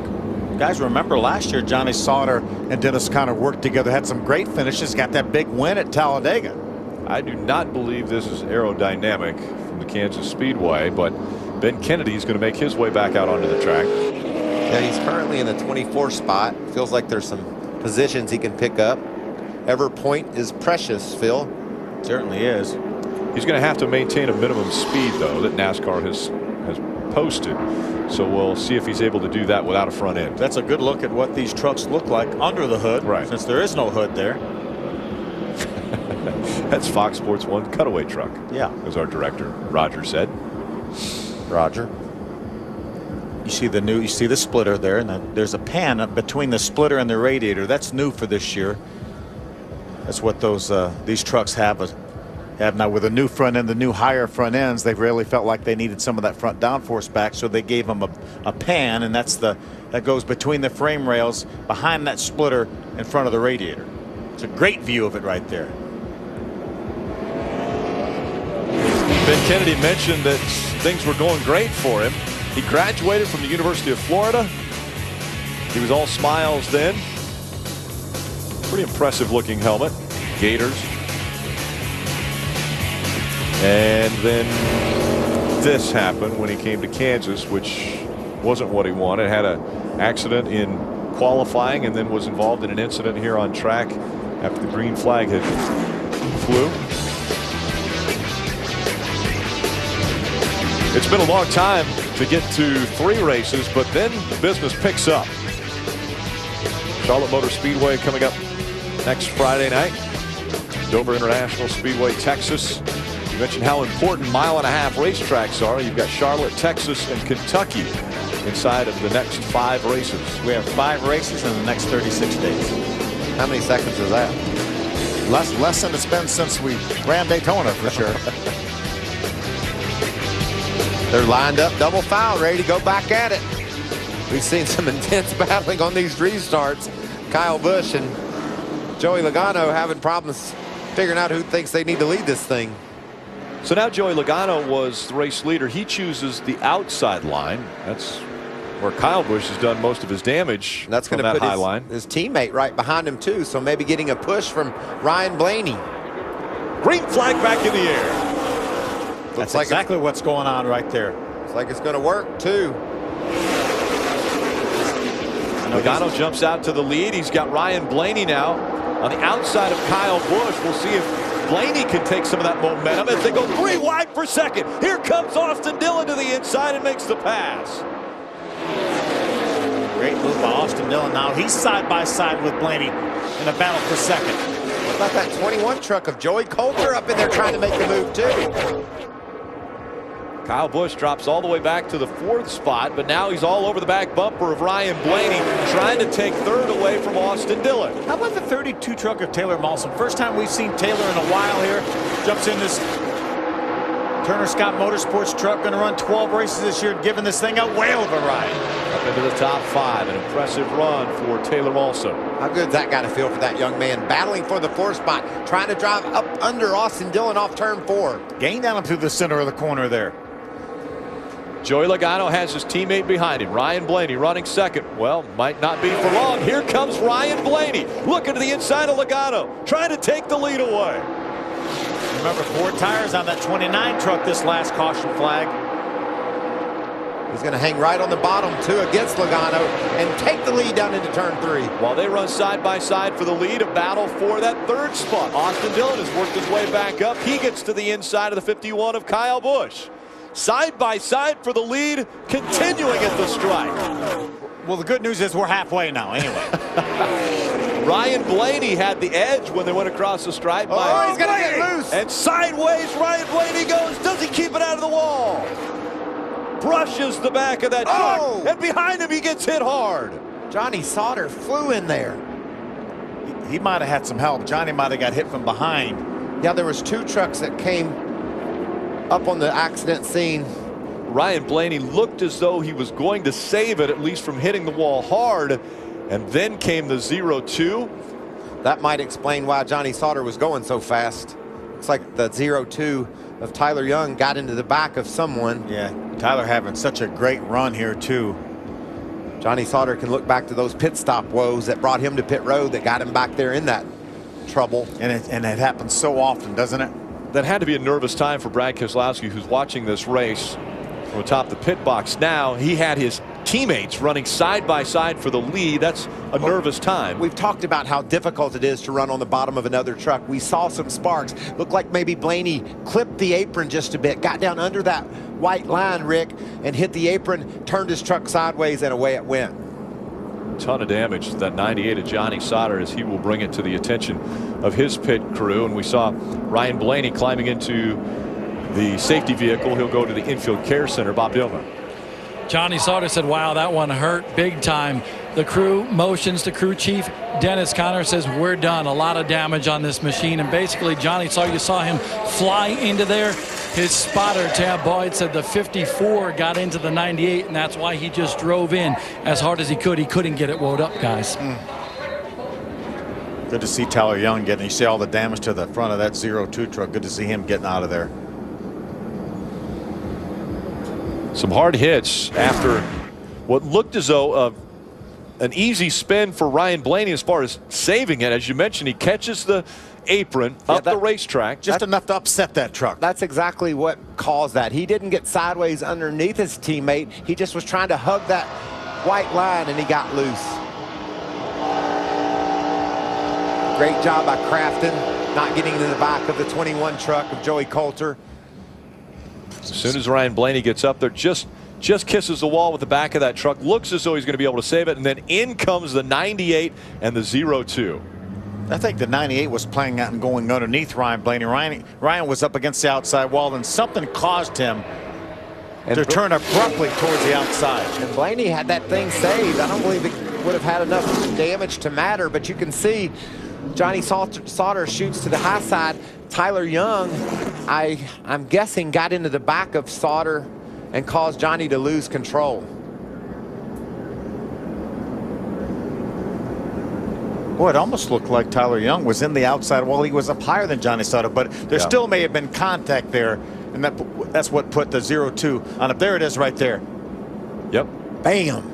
They made contact down low, and that shot that 98 up the racetrack just with the same intensity as the 0-2 had. I think somebody made contact with a 0-2, and that turned him down into Johnny. Johnny was going to be fine, drive by on the inside and miss everything, and I think somebody got into the 0-2 and turned him into Johnny, and that's what turned Johnny into the outside wall. Whew, man. Yeah, hard right turn there for the 98. Let's slow this thing down and watch behind there. You can see right there, the 0-2 got turned sideways. Was it the 54 Bubba Wallace, maybe? Right there, the black truck of Wallace. Yep. Yep. That tells you how fast these things are going. Did you see how hard that contact was into the outside wall? Hats off to NASCAR for building these safe race trucks. Those guys are able to crash at 150 miles an hour and shake it right off. You can see the damage to the front of the 54 truck on that right front corner there. Right in the headlight area, just inside the headlight area. So Darrell Wallace Jr., Bubba will bring his Toyota Tundra to the attention of his crew. Changing the right side tires, and there's the damage to the 29 of Ryan Blaney. Not the way he wanted his weekend to start after having success making the Cup race for tomorrow night. And now it ends this way after looking as though he's about to save it from this wreck. A couple trucks come in and end his night.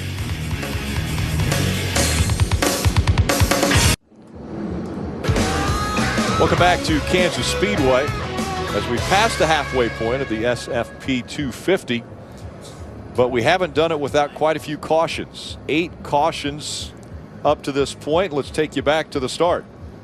We didn't get very long before the caution number 1 came out. We didn't even make it a lap, Phil. No. Timothy Peters went high. Hornaday got a little bit of nudge from behind. That turned him up into Timothy Peters, and there's the carnage that came along behind. Then it was Brian Eichler, his turn into the wall.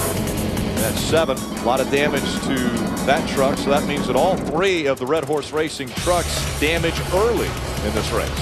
Yeah, tough outing. You see Matt Crafton having trouble on pit road, having trouble getting the right front tire off that 88 truck. And then Bubba Wallace with some damage from practice that they didn't get squared away. He had a bad vibration. That truck in and off the pit road.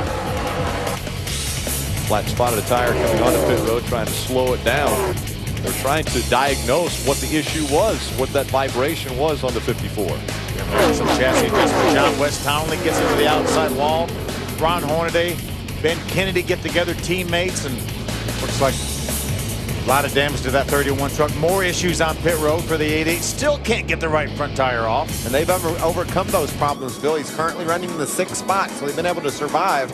But check this out. Battling for the lead, Ryan Blaney gets down on the apron of the racetrack, spins around, has his truck pretty much saved. Isn't going to be a problem, but watch. Bam. Trucks get together behind, trying to avoid things. Tyler Young, the 0-2. Johnny Sauter, the 98. There they are right there. Both heading towards Ryan Blaney. Hard hit. And that ends the night for the 29 of Ryan Blaney. And that gets you up to speed with a whole lot of wrecking. So Joey Logano is out in front of the field. As I mentioned, 8 cautions. The record is 12 here at Kansas for the Truck Series. There are 14 trucks still on the lead lap, and we've got a few on pit road now, including Austin Dillon. Ray. Well, guys, keep in mind they had sticker tires left over here. Jeff Hensley said this will play to our factor. They're going to go hang 4 tires on this with a little Sunoco fuel. This gets them in a position to be able to go to the end with 4 fresh ones. We still have 77 laps to go. It's still going to necessitate another pit stop, but it will allow them maybe to only do 2 tires, maybe how about gas and go? Yeah, absolutely. We've seen the tires really hold up well not only wear-wise, but also with speed. You know, you can stay out on tires and put a little gas in your truck, just like you said, Phil, and keep that track position and be fast enough to hopefully win. That truck certainly had the speed in the early going, it looks like, with a minor adjustment or maybe just a different strategy than Kyle Busch and Joey Logano. He could very well win this race. And maybe it's track position. Maybe do fuel only when those guys are putting tires on. Get out front, see what Clean Air will do for you. After that hard hit, Ryan Blaney was checked and released from the infield care center. Also involved in the incident, the 98 of Johnny Sauter. Bob Dillner. Johnny Sauter second in points coming into this race here at Kansas, and that front end of the machine is demolished. But the team is working to repair that truck to get Johnny back out on the racetrack. They believe the damage is significant, but not significant enough to call it a DNF. They plan on putting some new parts on that machine, getting the radiator situated, and getting him back out on the racetrack for some points, Ray. And Bob, Ryan Blaney has come out of the infield care center. First question, are you okay? Yeah, I'm all right. Okay. We're going to get a replay for you here, Ryan, if you want to take a look at this. I know you were racing side by side with your teammate Joey Logano. Here you come through the center of the corner. It looks like the left front of your truck may have gotten down on the apron just a little bit, but you almost had that thing saved before they came in there and hit you pretty hard. Yeah, we just racing hard with Joey, and you know, I kept it out of the fence, and I don't know how they got bottled up there behind me and destroyed our truck. But they're just hard racing, and he was just too far on my door, I think, and it just sucked me around, and that's how I got on the apron. Like I said, I had it saved, and then they started wrecking behind us, and just unfortunate. You know, we had a good truck, and shame we tore it up, but we got tomorrow to hopefully have a better Cup debut and go back to Charlotte next week and hopefully have a better run. Okay, good luck tomorrow night. That is Ryan Blaney. And guys, he came in here sitting pretty in the points. Looks like they may be done for the night. Guys, right now, 3 of our top 4 in points have all had trouble. Ryan Blaney was 4th coming down here. Peterson, Sauter tied up front. Both of them have had trouble.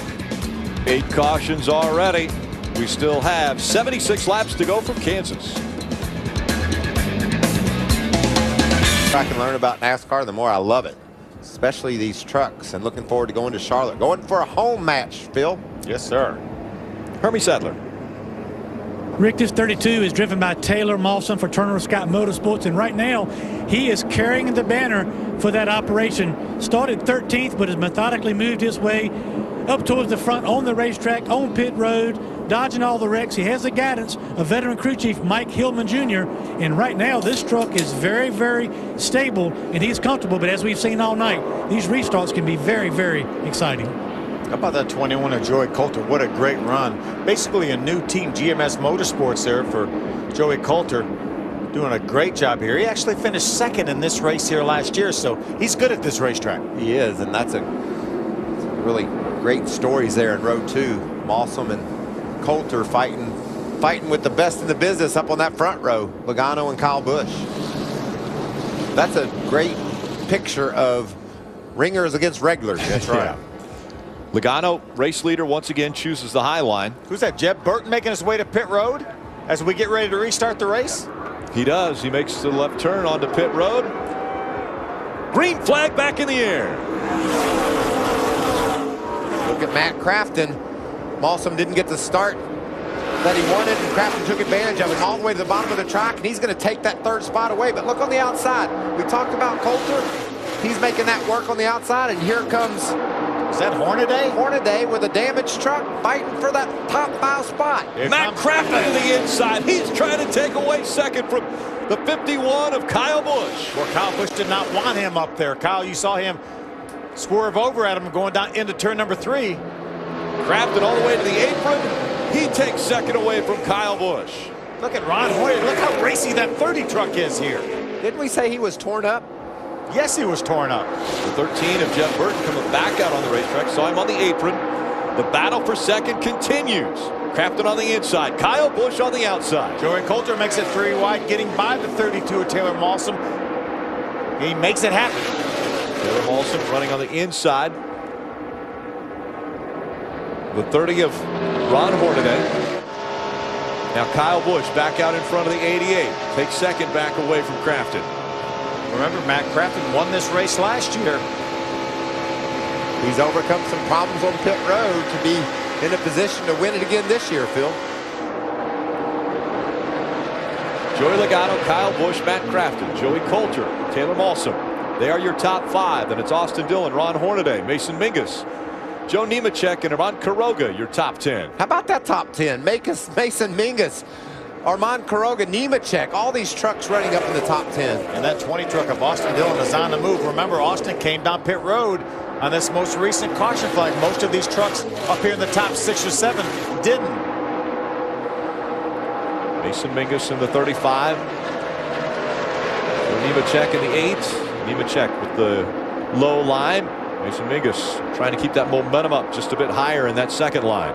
Looks like Nemechek has a faster truck right now. Just being careful. That's a veteran. He knew he couldn't just fly down there side by side with Mingus. Took his time through 3 and 4. See if he can complete the pass down here in 1 and 2. Mingus strong on the high side. You mentioned early in the race that the 8 truck of Joe Nemechek, he's been to victory lane here in the Nationwide Series as well as the Cup Series. This is some intense battling back inside the top 10, but man, these guys are going at it like they're going for the lead. How about that 5 truck? Look at all the damage on John West Townley's truck, and he's still running up here in the league lap just outside the top 10. We saw Jeb Burton come to pit road. Bob, what they do when they came? Well, he was running in the top 10, Michael, at that time, and here was the culprit. A flat left rear tire had something actually puncture right here on the left rear tire. A big old hole for Jeb Burton right now, trying to make his way back into the top 10, but 1 lap down. He's in a great spot right now to get the free pass if the caution flag were to come out. And by virtue of what's going on in this race, I have to believe it probably will at some point. Well, look at the way these guys are battling. Bubba Wallace trying to get by Mingus. Nemechek right there, hoping to take advantage of these two side drafting each other. Oh yeah, there's Jeff. Let's add a 4th truck into the mix. Bubba Wallace gets by that 35, Mason Mingus. Bubba's running right now in the 17th spot, but he's 5 laps down. Fresher tires on the 13. And Joe Nemechek running in the 8 is in the 9th position, right? Well, keep in mind, Rick, he started back in 16th position, but Joe Nemechek has had a very eventful night. His truck was incredibly loose at the very beginning. They put rubbers in there. They lowered the track bar. They did a lot of work on this thing. And then on lap 70, when he came to the pits, they missed a couple lug nuts, so he had to come back in. So he's been from the front to the back and now working back up in the front in that smoke and sear Toyota. Joe, Phil, you mentioned it before, those wins for Joe Nemechek here at Kansas Speedway. Back in 2004, impressive run. Is that John Hunter? Yeah. A very young John Hunter. And then on the last lap, Ricky Rudd in the Wood Brothers car tried to take the win away from Nemechek, but he was able to hold on and win a Cup race here as well. So nationwide win, a Cup win, and now trying to complete the trifecta in the Truck Series. Where Mason Mingus right on the quarter panel of that 13 of Jeb Burton. It often slowed down Burton's momentum too. But that's very risky to pinch a guy like that, especially when the other guy's a lap down. Jeb able to clear him. Mason's kept his nose clean and staying inside the top 10. He's going to challenge Joe Nemechek with a side draft as well. Joe Nemechek down to the bottom of the track. Mason Mingus trying to keep that momentum up in the higher line. Saw Mason run the full schedule last year in the ARCA Racing Series. Did a nice job. Finished, I believe, in the runner-up spot in the points last year. Battling with Frank Kimmel. These two continue to fight for that 8th spot. It's Mason Mingus in the 35, Joe Nemechek in the 8. Nice recovery by Quiroga in the 77 truck right now, running in the 10th spot. 2 Cup drivers still battling it out up front. Joey Logano and Kyle Busch running 1 and 2. Matt Crafton still chasing back there in the 3rd spot. And that's Coulter and Malsom inside the top 5, battling for that 4th spot. Looks like Malsom's faster than Coulter right at the 2nd, right at this point in the race, but he can't make the move. Still a long way to go to, over 60 laps to go on this race. Joey Coulter running in that 4th position. You know, the most impressive part about these two running in 4th and 5th, guys we don't talk about a lot up front of these truck races, although Coulter did finish second here a year ago, is they're keeping pace with the leaders. Kyle Busch and Joey Logano aren't able to separate themselves from these two. You saw just up ahead, that's Matt Crafton in the third spot. These guys are on the same straightaway, still in contact with our leaders. Yeah, as well as Austin Dillon right now running in the 6th spot. A little bit of distance now between Joey Logano and Kyle Busch. Separated by about 0.3 of a second. Ray Dunlap. Well, guys, remember, Joey Logano got fuel only the last time they came down pit road. That was at lap 70. But we have had another number of laps of caution here, so I just checked with them. They said for sure they can go to lap 125, but maybe as far as 130. This is a 167-lap race. These guys do still have scuffed tires down here in the pits. Bob? The 51 of Kyle Busch out there just cruising right now. I just checked in with his crew chief, Eric Phillips, and he told me they can go to lap 130 on fuel. But honestly, I asked him, when do you want to go to make that pit stop? He said, I hope it goes green the rest of the way because I believe my pit crew is the best in the business and we can beat everybody and win this race. It's hard to compete with that experience, too, as many times as Kyle Busch has come to pit road for a green flag pit stop. Certainly Joey Logano is in that same boat as far as a lot of experience making green flag pit stops. Probably more so than our third-place truck, Matt Crafton, in the 88. And Phil, I think right now Crafton's truck's as good as those two. He's able to close up on them a bit. He's gaining on our leaders. But you're right. When it comes to coming to pit road to make a green flag pit stop, Logano and Kyle do this all the time. They'll probably gain an advantage if that's so the case. Still a little gap between the 19 of Joey Logano and the 51 of Kyle Busch. Remember, we still will probably have issues on that 88 truck trying to get that right front tire off. Seems like that 51 of Kyle Busch able to get into the turns a little bit deeper than the 19 of Joey Logano. I think that's to run that higher line. I think that's the draft, Rick. He's able to pull up on the truck ahead of him with the draft on the straightaway. You see there. But then when they get down in the center of the corner, Logano is able to run lower and drive away from Kyle a bit. Again, Crafton running just behind these two Cup regulars. Hermie. Rick, I just spoke to the crew chief for Matt Crafton on the 88. That is Junior Joyner. He said they need to come to pit road around lap 129. Now, the good news is they have 4 sticker tires in this pit stall. But you have to wonder with the issues they've had on pit road, will they want to take all 4 of those tires when they come down pit road? We'll have to wait and see. But 129 is the fuel window for the 88 truck. I wouldn't do it under green. I wouldn't change 4 tires. As much trouble as they've had side by side for the lead. That was just a loss of momentum by our leader, Joey Logano, because he caught the lap truck of Norm Benning, sent him up the hill, and Kyle just jumped on it, took advantage of it, and now Crafton's trying to do the same. Kyle Busch now takes over the lead at Kansas. Joey Logano drops back to the 2nd spot. And the 88 of Matt Crafton rounding out the top 3. They came up on that 57 of Norm Benning, and it looked like there might have almost been contact with the 51 of Kyle Busch. He was way down and very close to Norm Benning as they went by, but it affected the 19 of Joey Logano more because Kyle Busch was able to make the run and get by Joey Logano. And now Kyle Busch trying to check out on 2nd place Logano. To me, it's amazing how fast these trucks are going through the center of the corner. Every time I look up and see it, it just flips me out. Kyle Busch back to the front, still looking for his first Truck Series win at Kansas.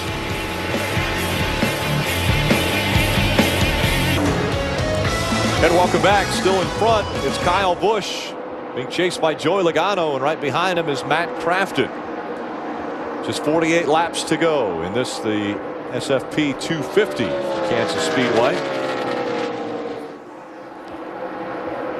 I want to take a look at the pass for the lead. Watch Logano go up the hill, clearing Norm Benning. That gave Kyle Busch a little bit of momentum. And look, coming from behind, Matt Crafton's thinking, I might take this thing 3 wide. So the 51 is able to take the spot. Here is what the guys on the radio had to say about that pass. Clean up, yank in the bottom, clear 1, it's 10 up, 5 up, here he is, clear.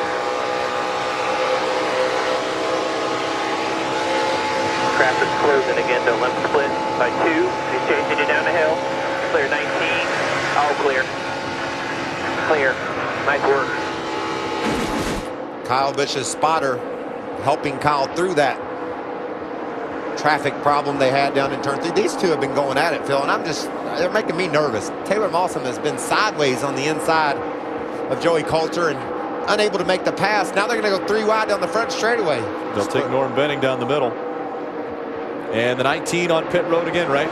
They're going to put 4 tires on this thing, and they have a hang-up on the right front. Could not get that tire out.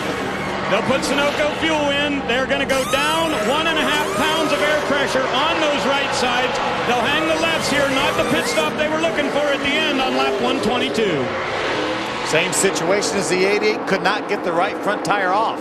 Now, guys, is that the shock not allowing that tire to come down and clear that wheel well? It's part of the setup, and it's also how important aerodynamics are here. You try to have that truck as tuned as well as you can get it with that front end pinned down to the road. The shock helps pin it down there, and it also hurts when it doesn't fall out on the pit stop.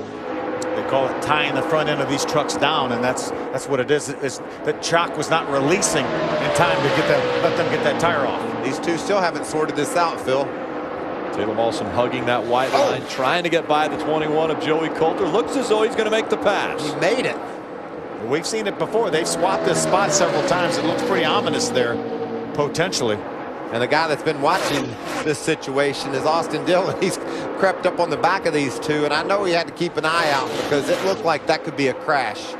And we've seen a few of those tonight.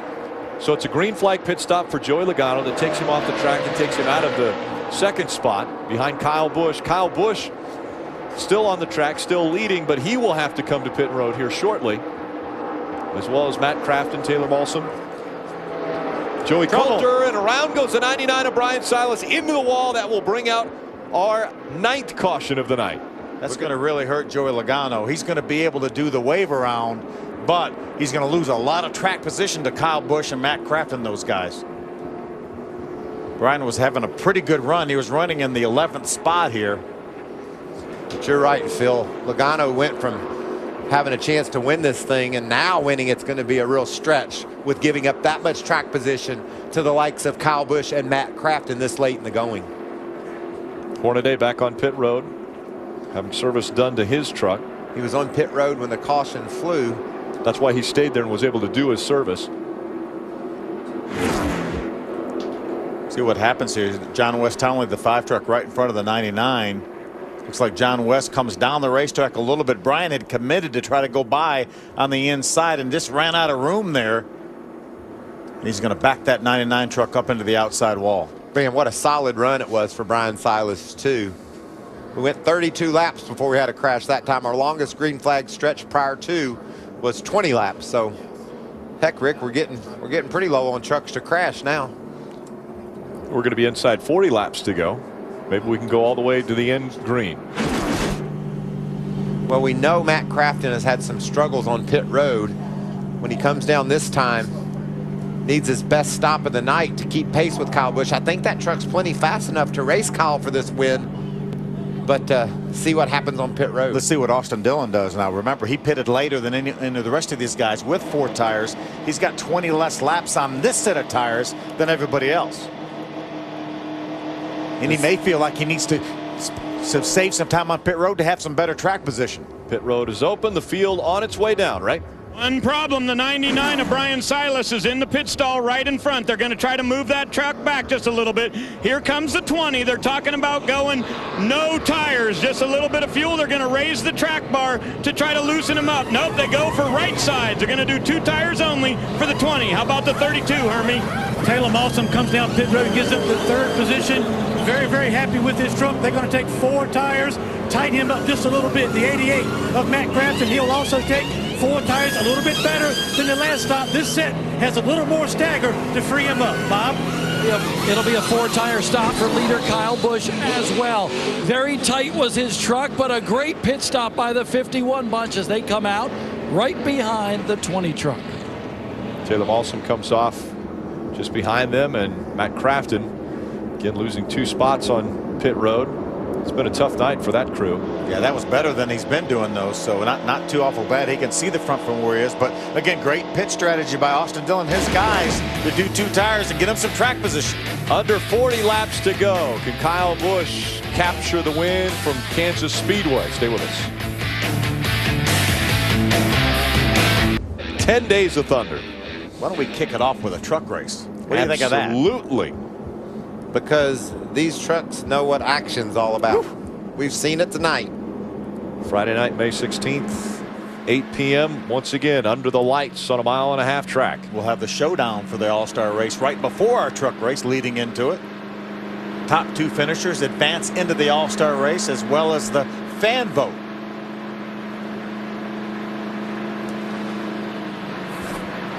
So after this round of pit stops, the field falling in behind the pace vehicle.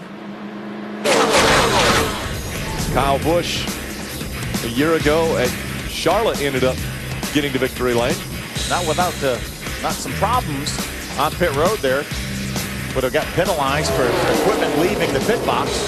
But he just powered by for the lead on the bottom of the racetrack and drove away. 5 truck lengths or so. Looked like Brendan Gaughan, that South Point Chevrolet, finished second.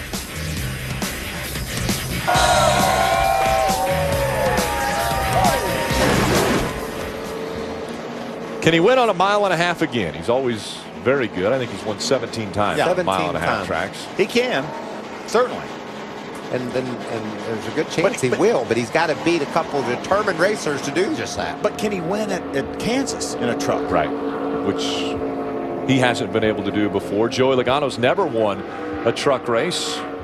Ray Dunlap. Well, Joey Logano started 5th tonight. He's led 41 laps, and obviously we saw where he was side by side with his teammate Ryan Blaney. That crash took Blaney out of the race. So Logano has been up and down, and as you said, he'll take the wave around, Phil. But they're talking about making some pretty big adjustments. Let's check in on Joey's radio. 1/2 pound out of the right front, 1/2 pound in the right rear, track bar up 1. That's a pretty big adjustment, isn't it? Yeah, that's what we needed.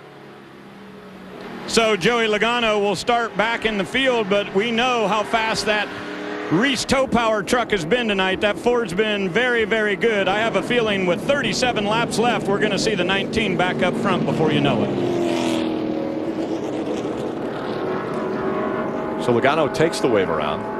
Man, Phil, he had a truck he was leading the race with and all over Kyle Busch when he made that green flag pit stop for running second. They're going to make those adjustments to it. Maybe it could light him up, give him a chance to run through this field and make a charge at Kyle Busch for this win. Austin Dillon, Kyle Busch, 1 and 2. Taylor Walson, Matt Crafton, Herman Quiroga. Their top 5. So Dillon chooses the outside line for this restart as we're about to get back underway. 1 lap until we see the green flag. We got some damaged race trucks trying to soldier their way to the finish. Kyle Busch led 83 laps already. Joey Logano's led 41. Dillon's been out front for 3. Ryan Blaney led 2 laps. Herman Quiroga's led a lap. Guys, with all this carnage, we only have 12 trucks on the lead lap right now. So Joey Logano wasn't as bad as it could have been getting the wave around. He's going to restart up and it looks like about the 12th spot. He's going to need a couple. He's going to need at least a caution if he wants to. If he thinks he's going to get up there and win. You can see Hornaday, the damage there. He's fought his way to the 12th spot. And remember that battle he had at the front of the pack with Johnny Sauter? Watch this. Watch what happens. Late in the race, they're synchronized spinning, sliding, I guess. Now, right there, would you believe either one of those guys was going to win the race? No. Well, one of them did. Johnny Sauter. What an amazing job of truck control those two showed. Sauter gets the cake bath. I think Johnny would have been a little bit mad if he would have went all the way around. Oh, yeah. Well, he was mad anyway. But now he ends up, or he did end up in victory lane, and that's one of the highlights that we'll show in the Truck Series over and over and over. Side by side, Austin Dillon, Kyle Busch, green flag back in the air. Remember, 2 tires on that 20 truck 4 tires on the 51. Big push to the 20 truck from Matt Crafton, giving Dillon the advantage off turn 2. Can Crafton drive around Busch as well? Great restart for the 88 of Matt Crafton, trying to take second away from Kyle Busch. This is the first time that 20 truck has had clean air tonight. Austin Dillon in front of the field now at Kansas. As a little buffer, has the 88 of Matt Crafton between he and Kyle Busch. Joey Logano all the way down next to the grass. Trying to make up some ground quickly after this restart. Austin Dillon, even after winning a championship in the Camping World Truck Series, his best finish here at Kansas was 6th. It was back in 2010. What about Crafton overcoming those pit road problems? His team got better and better. He's in the 2nd spot right now, but Kyle Busch is looking to the bottom, trying to make that move for 2nd. Looked like Matt lost the front end when he got down in the corner. That allowed Kyle in the 51 truck to get up alongside. 33 laps to go. In front, it's Austin Dillon. Matt Crafton, Kyle Busch fighting for the 2nd spot. Joey Coulter running in the 4th position. Taylor Mawson, a great run in that 32 truck. Now pulls up beside Joey Coulter. 4th and 5th, the battle is on. Mawson to the bottom of the track, trying to take 4th away. Oh, he's going to have to hold on, Rick. We've seen that truck really loose on the bottom. And look at Matt Crafton holding off Kyle Busch. Austin Dillon's looking in his mirror saying, race guys side by side, race side by side. Yeah, do that about 31 more laps and I'll have this thing. But look at Crafton, how fast he is up high. Crafton able to make the high line work. He gets by the 51 of Kyle Busch, takes 2nd away, and now Crafton trying to reel in Austin Dillon. Very little out of the throttle time for Matt Crafton through that end of the racetrack. Taylor also able to clear Joey Coulter. Joey lost all his momentum there. He must have had some problems on exit. Here comes Aaron Quiroga as well. An early crash, he's overcome that, but look who's creeping into the picture already. Here comes Logano. He's right up on the back of Quiroga. That's for the 6th spot after being a lap down just before that caution. Yeah, he's going to need another caution flag, I believe, though, for Joey Logano to contend for the win here. Close the gap between himself and Austin Dillon. Got Quiroga really loose there. A lot of damage on that 77 truck, but Joey got up close enough to him, got him loose. Almost 3 seconds separating Austin Dillon right now and Joey Logano. Logano's coming, Phil. Look at the gap he's able to put on Quiroga when he clears him. And look at the leaders. Dillon and Crafton both driving away from Kyle Busch a bit. I think Crafton's driving up towards Austin Dillon right now. That 88 truck looks really fast. The regular versus the ringers. Talked about at the top of the show. There's a regular split by 2 ringers. And another ringer coming. And that 19 truck. That truck will get there, I believe. A lot of sparks coming out of that 21 of Joey Coulter. Wow. Really cost him some momentum down there. You see Logano pulled to the inside. They're going to easily make this pass. Low air pressure. These trucks are going to bottom out worse than they would when the air pressure builds back up. Not too bad that time in 3 and 4 for Joey Coulter. A lot worse down there 1 and 2. So Logano has broken into the top 5 after taking the wave around. And Matt Crafton continuing to reel in that 20. Here's what his spotter has to say. 51's got nothing for you. That 210's better than the 20 right there. Doing better than him all night. Just little cheerleading late in the going for Matt Crafton. They're telling him he's had a better truck than Austin Dillon all night. He's better than the 51 right now, and that's what Matt needs to hear. He needs to hear some information, some encouragement, so he can try to go get that 20 truck of Austin Dillon. Ray, what are they saying down there? Well, Michael, remember, they went with right side tires only, and they raised the track bar to try to loosen him up a little bit. But the 20 truck does have a slight amount of damage on the left front of the splitter. So they believe that as long as they can stay in front, they're okay. But if they get behind and get in traffic, his truck just gets way too tight. How about Kyle Busch using a slower lap truck once again to make a pass? I started to say I wouldn't count out that 51 truck if I'm Matt Crafton's spotter, because I don't know that there's anybody any more tenacious behind the steering wheel than the driver of that 51 truck, Kyle Busch. The slower lap truck was on the bottom of the track. And as Matt Crafton came up to it, it seemed as though Kyle Busch got faster. How about Taylor Malsom hanging right in here, a couple truck lengths behind the A80 of Crafton.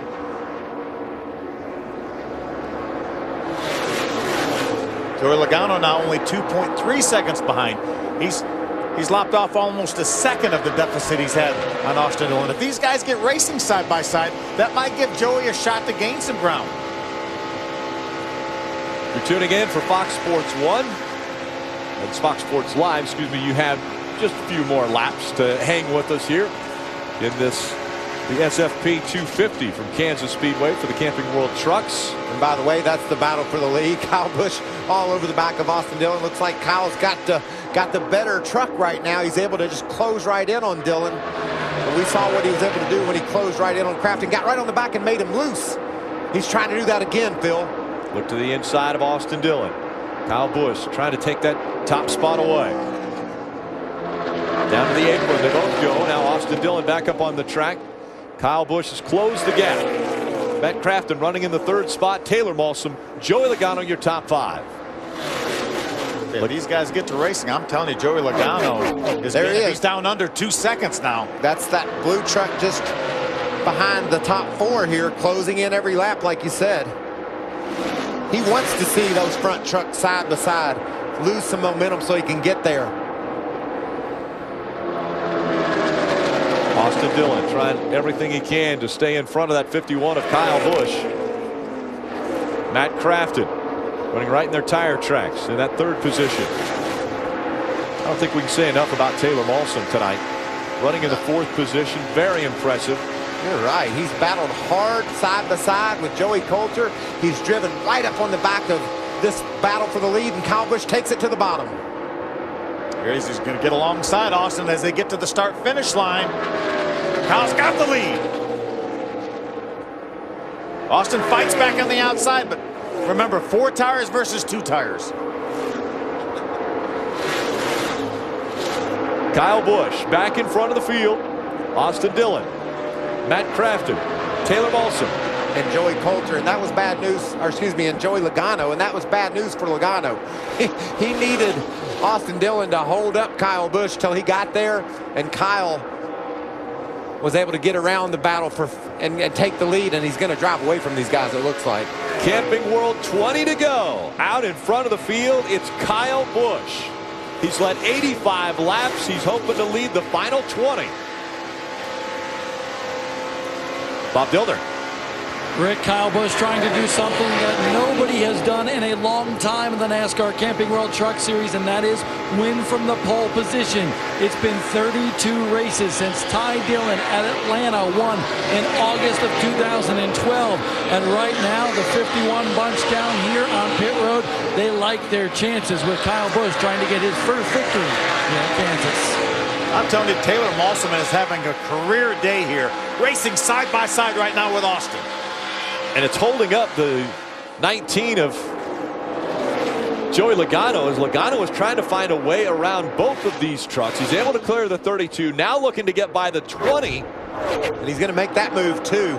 Austin Dillon's beginning to fall back on those older tires as you see Logano driving around for the 3rd spot. Malsom will do the same on the high side, I believe. Oh, he gets loose, Phil. Yeah, nice catch there by Taylor Malsom. So now the 51 of Kyle Busch has a 1.5 second lead over Matt Crafton. After he got out front, he has been able to check out. Logano trying to chase. He runs in the 3rd spot. Crafton up in the 2nd position. We heard the crew chief talking to Joey Logano about the changes they made to that truck. Some air pressure adjustment, major changes late in the race to try to wake that thing up so he could run through the field and catch Kyle Busch. The changes seem to be working for him. He's got a fast truck, but will he run out of laps? If Austin would have kept Kyle behind him a little bit longer, that may have allowed Joey Logano to get there. But right now, I think Joey needs a caution flag to be able to erase this deficit. Yeah, as you guys mentioned, it's going to take a caution to close that gap up for Logano to have a chance to get out in front. Again, Fox Sports Live coming up next right after the final 16 laps here at Kansas for the Camping World Truck Series. Logano can run as fast as Kyle right now, but he's not able to run any faster. Kyle Busch wiggling a little bit there in the 51. Shouldn't have any issues with fuel. He pitted only 24 laps ago. Pitted on lap 127 along with about everybody else. This is a battle I'm going to keep my eye on because I'm worried about the way Mawson gets loose when he gets down on the inside of other trucks, and he's going to wind up on the inside of Austin Dillon eventually. That's where he's trying to go. Hope he can hold on to that thing and keep this great run going. I thought he had a great opportunity to get by Austin on the high side, but then he got loose up there too and lost his momentum.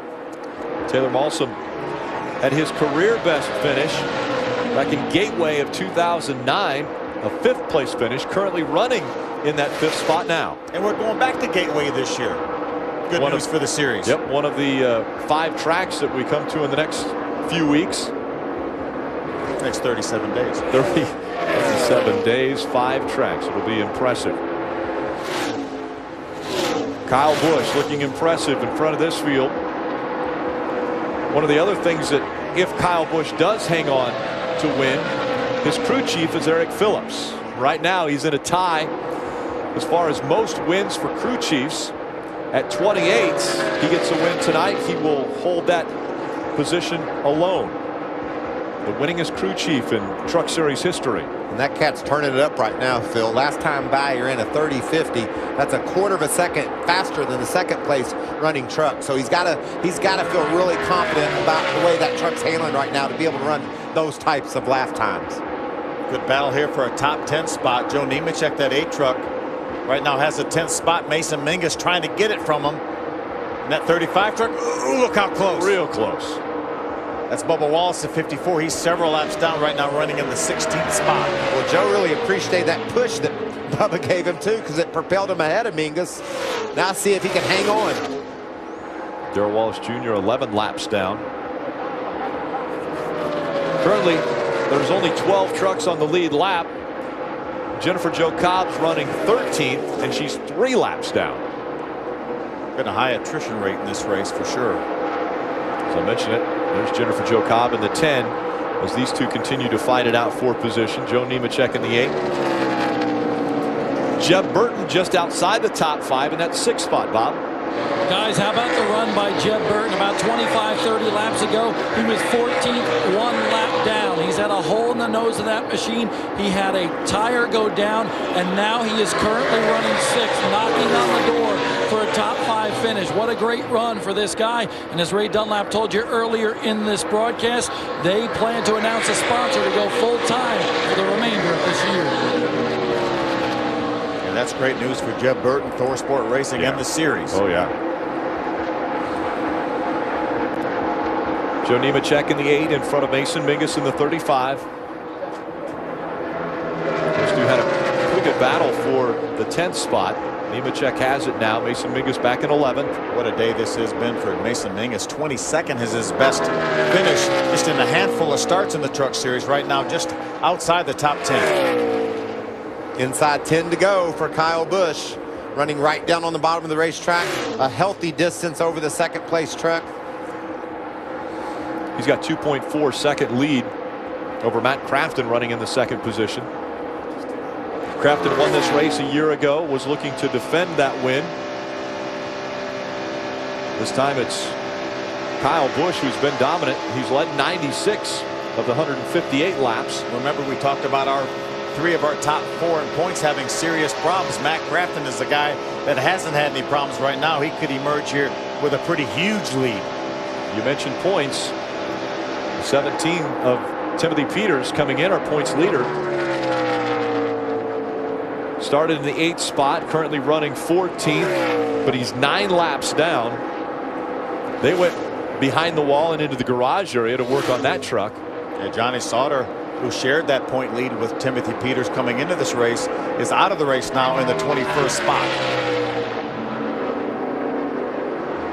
A lot of racing still to go in the 2014 season, though, for that championship. You see there the battle for 4th. Mawson on the back of Dillon. And closing, Phil, you see there, that's Jeb Burton. The last few laps, he's been a couple of tenths of a second faster than these guys. And I think he's going to get there before we get to the checker, maybe race inside that top 5. Especially if these 2 trucks get to racing side by side. Looks like Taylor Mawson has designs on maybe getting underneath that 20 of Austin Dillon. Taylor Mawson wants to break into the top 4. He's already got that 5th spot, but he knows that the 13 of Jeb Burton's coming. Great run for Jeb, overcoming a lot of problems like they talked about down on pit road, and now in a position to grab a top 5 late in the going. You know, what wouldn't surprise me is if we finish this thing under a green-white checker. We crashed on the first lap. We've had several spins and cautions. Have we got one more, or will they finish this thing? Well, 5 to go. I hope we can get to the end here without a caution flag. But what a tough battle right here, battling for the 4th spot, these 3 trucks. Kyle Busch is also hoping we get to the end without a caution flag, as he has a 2.8 second lead over second place Matt Crafton. Joey Logano's not been able to keep pace with Crafton. Joey's now finds himself over 5 seconds behind, right in front of this battle for 4th. Logano, after having to restart back in the 11th spot because of a wave around, worked his way through the traffic, looked as though he was going to be strong, but really needed a caution to be able to battle for this win tonight.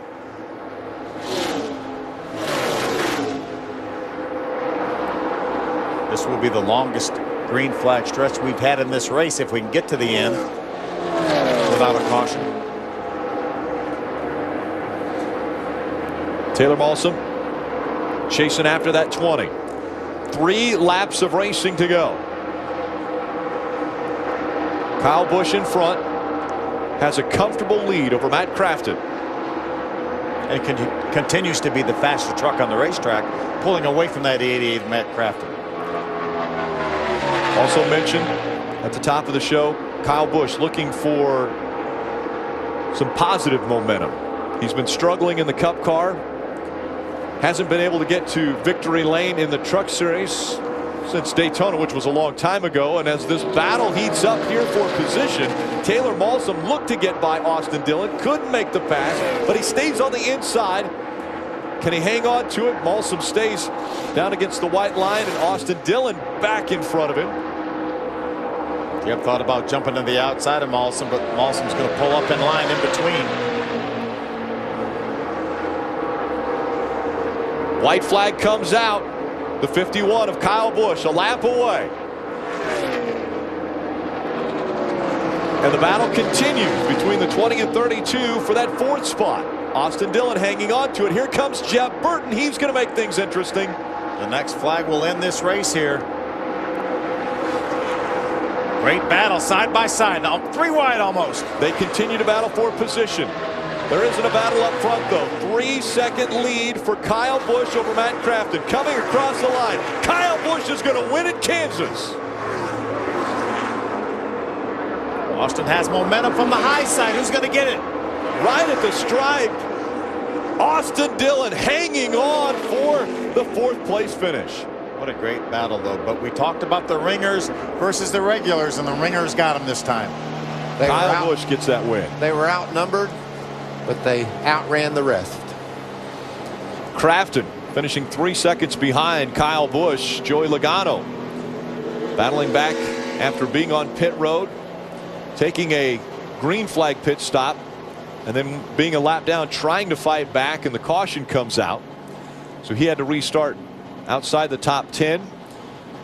Then it's Austin Dillon and Taylor Malsom rounding out your top 5 in a great battle right to the checkered flag.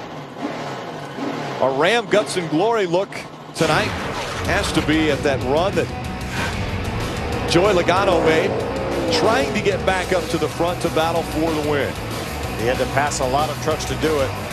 Kind of stalled out there when he got up to the 3rd spot, but great job by that BKR team. So the celebration begins for the 51 of Kyle Busch. Guess what? A pole winner has won a race in the Truck Series. Thanks. It was a fun one to end this one. Kyle Busch able to get out front and capture his 37th career win. We want to take a look at the McDonald's winning ingredients. I think a lot of it has to do with the guy holding the wheel. Yeah, he had 4 tires here. Austin Dillon, that 20 truck, only had 2.